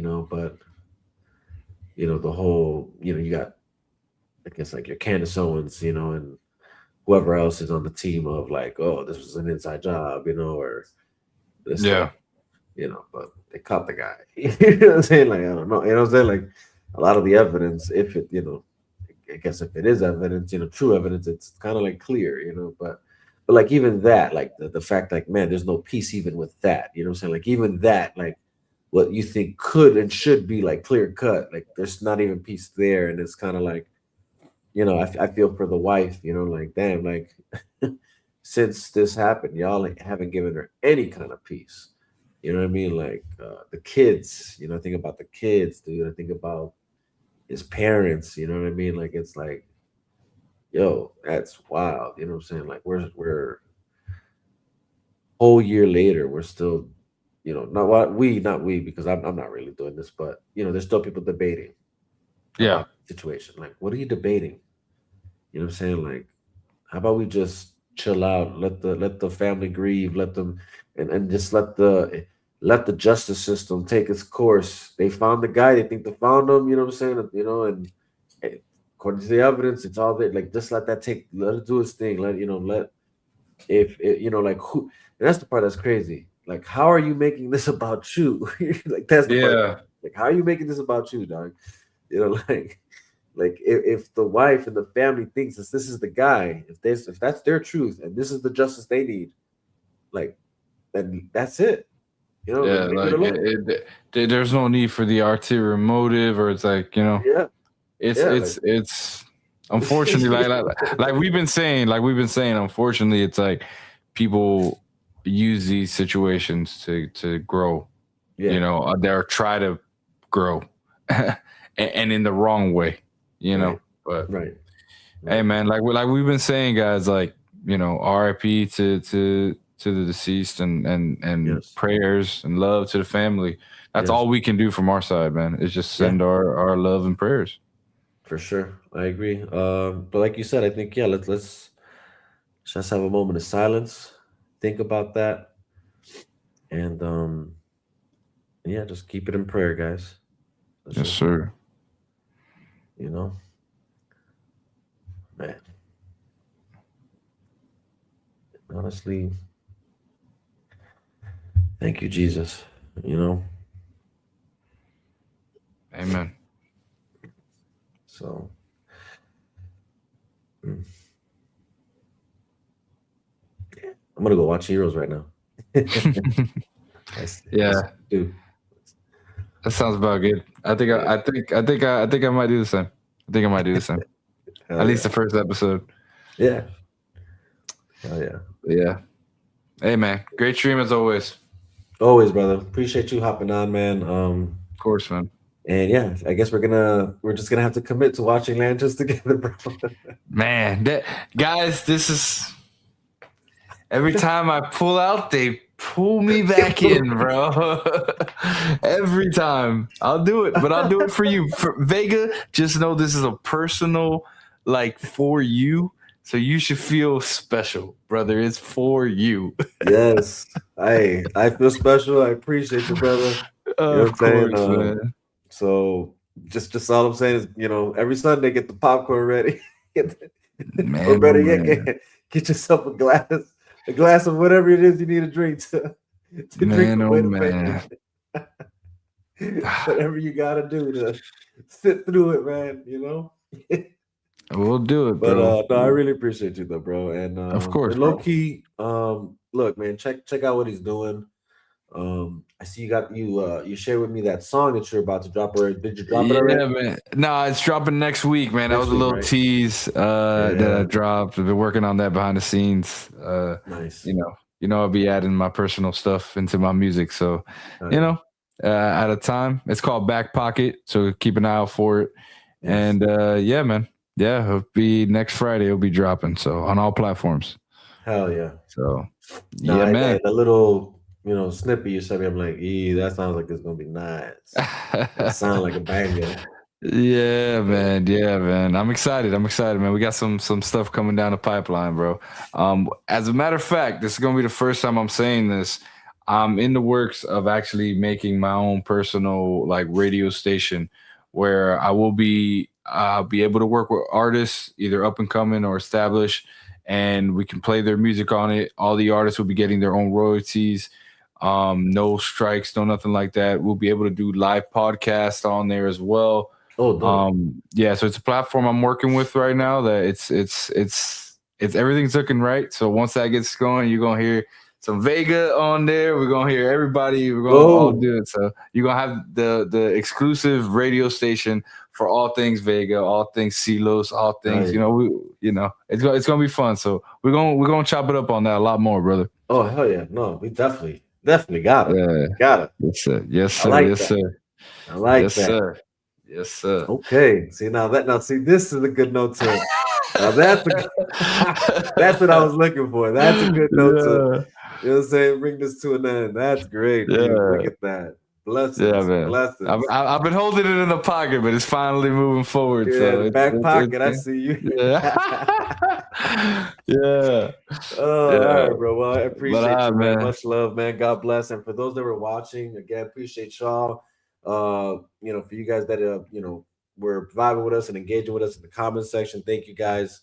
Again, make sure to hit the like button, make sure to subscribe, make sure to share. And again, let us know how you feel in the comment section, guys. Let us know if you were thinking about those semen, like Vega was.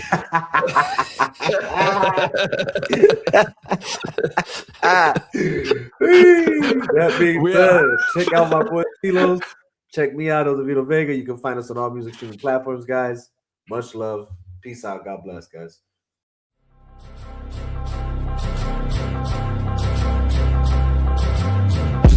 New era niggas just scream out gang gang. My era niggas outside that gang bang. Old enough to know niggas that made it onto gangland. I don't say that to grandstand, I'm just spitting the facts, man. New rappers too busy just making sing-alongs. My raps will have it going savage like the Viacom. You don't want the smoke, homie, then your weed is strong. Good to see you smoke along to that Cheech and Chong. Me and my team, we on the front line. Steady putting in work, homie, it's always crunch time. Hard times produce me, dog. This ain't a movie, it ain't WWE. When I mention the bloodline, homie, I want mine, that's why I move different. Y'all too laxy daisy, I keep myself disciplined. Repetition on repetition, training is rigorous. Only way to survive the streets that's dangerous and vigorous. Behavior villainous, leave no traces of witnesses. Moment of silence for the taking of all our innocence. Now back to business, somewhat of a practitioner, cause there's no shortcuts in life, no pills that make you limitless. That's ridiculous, far set from reality, like who's that's licorice. Frame of thought is insanity, causing calamity if you actually watching and listening. Home to catching L's from the dudes that started visiting. How you missing it? Losing profits and dividends. The way your boys been cooking, they need to give me a Michelin. The bliss is ignorant, say they don't like to mention them. They say we don't mention the bodies that's in Lake Michigan.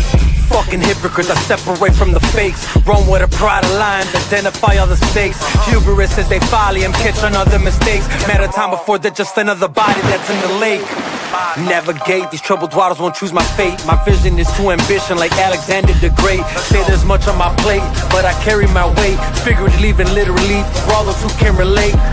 I never break, you never get me to fold, you never get me to leave. Chicago is still my home, but I carry my heat. This windy city is cold. Valentine's Day massacre, but was it really Capone? Face blown out of proportion, the different views of contortion. Use best proceed with precaution before you lie dead in a coffin. It's not a threat, that's a promise. Best quit talking your nonsense. Your body could end up missing. Got your family claiming we lost them. Can't find them. Bad timing, he's flatlining. Good riddance, bit it negative to mankind. And I'm like Jack Reacher, the equalizer, John Wick, Jason Bourne, the accountant. Either one, you could take your pick. The damage I could do with my side weapon. John Wick with my P40 Smith & Wesson. Opposition lightweight, so I'm not threatened. I'm just glad about the hate that they keep sending. It's really easy talk that rah-rah on the internet. There's words to Zaza, I heard y'all ain't got your fingers wet. Don't get your cherry pop by the very op. We bust the real ones, got the heavy guap, you just carry prop. Bunch of these gangsters claim to be hard to the core, but they really not like women that claim to be faithful. But they really thought, act like they down, but when shit goes down, they call the city cops. Same fools think they know a lot, no dilly squad. Tired of all of this fake shit, with fake asses and fake tits. They fake smiles, make fake lips. Picasso looking with their facelift. What I call the good replacement, with the so-called real are the fakest. So the fakest niggas are the greatest. What was common sense no longer makes sense. What was common sense is now rare sense. What was funny then is now flagrant. Living in your thoughts, I don't pay rent. I take my time, you lack patience. Then your blood drip on the pavement. With a headshot, got you brainless. After getting hit with that stainless, kill instinct, call me craven.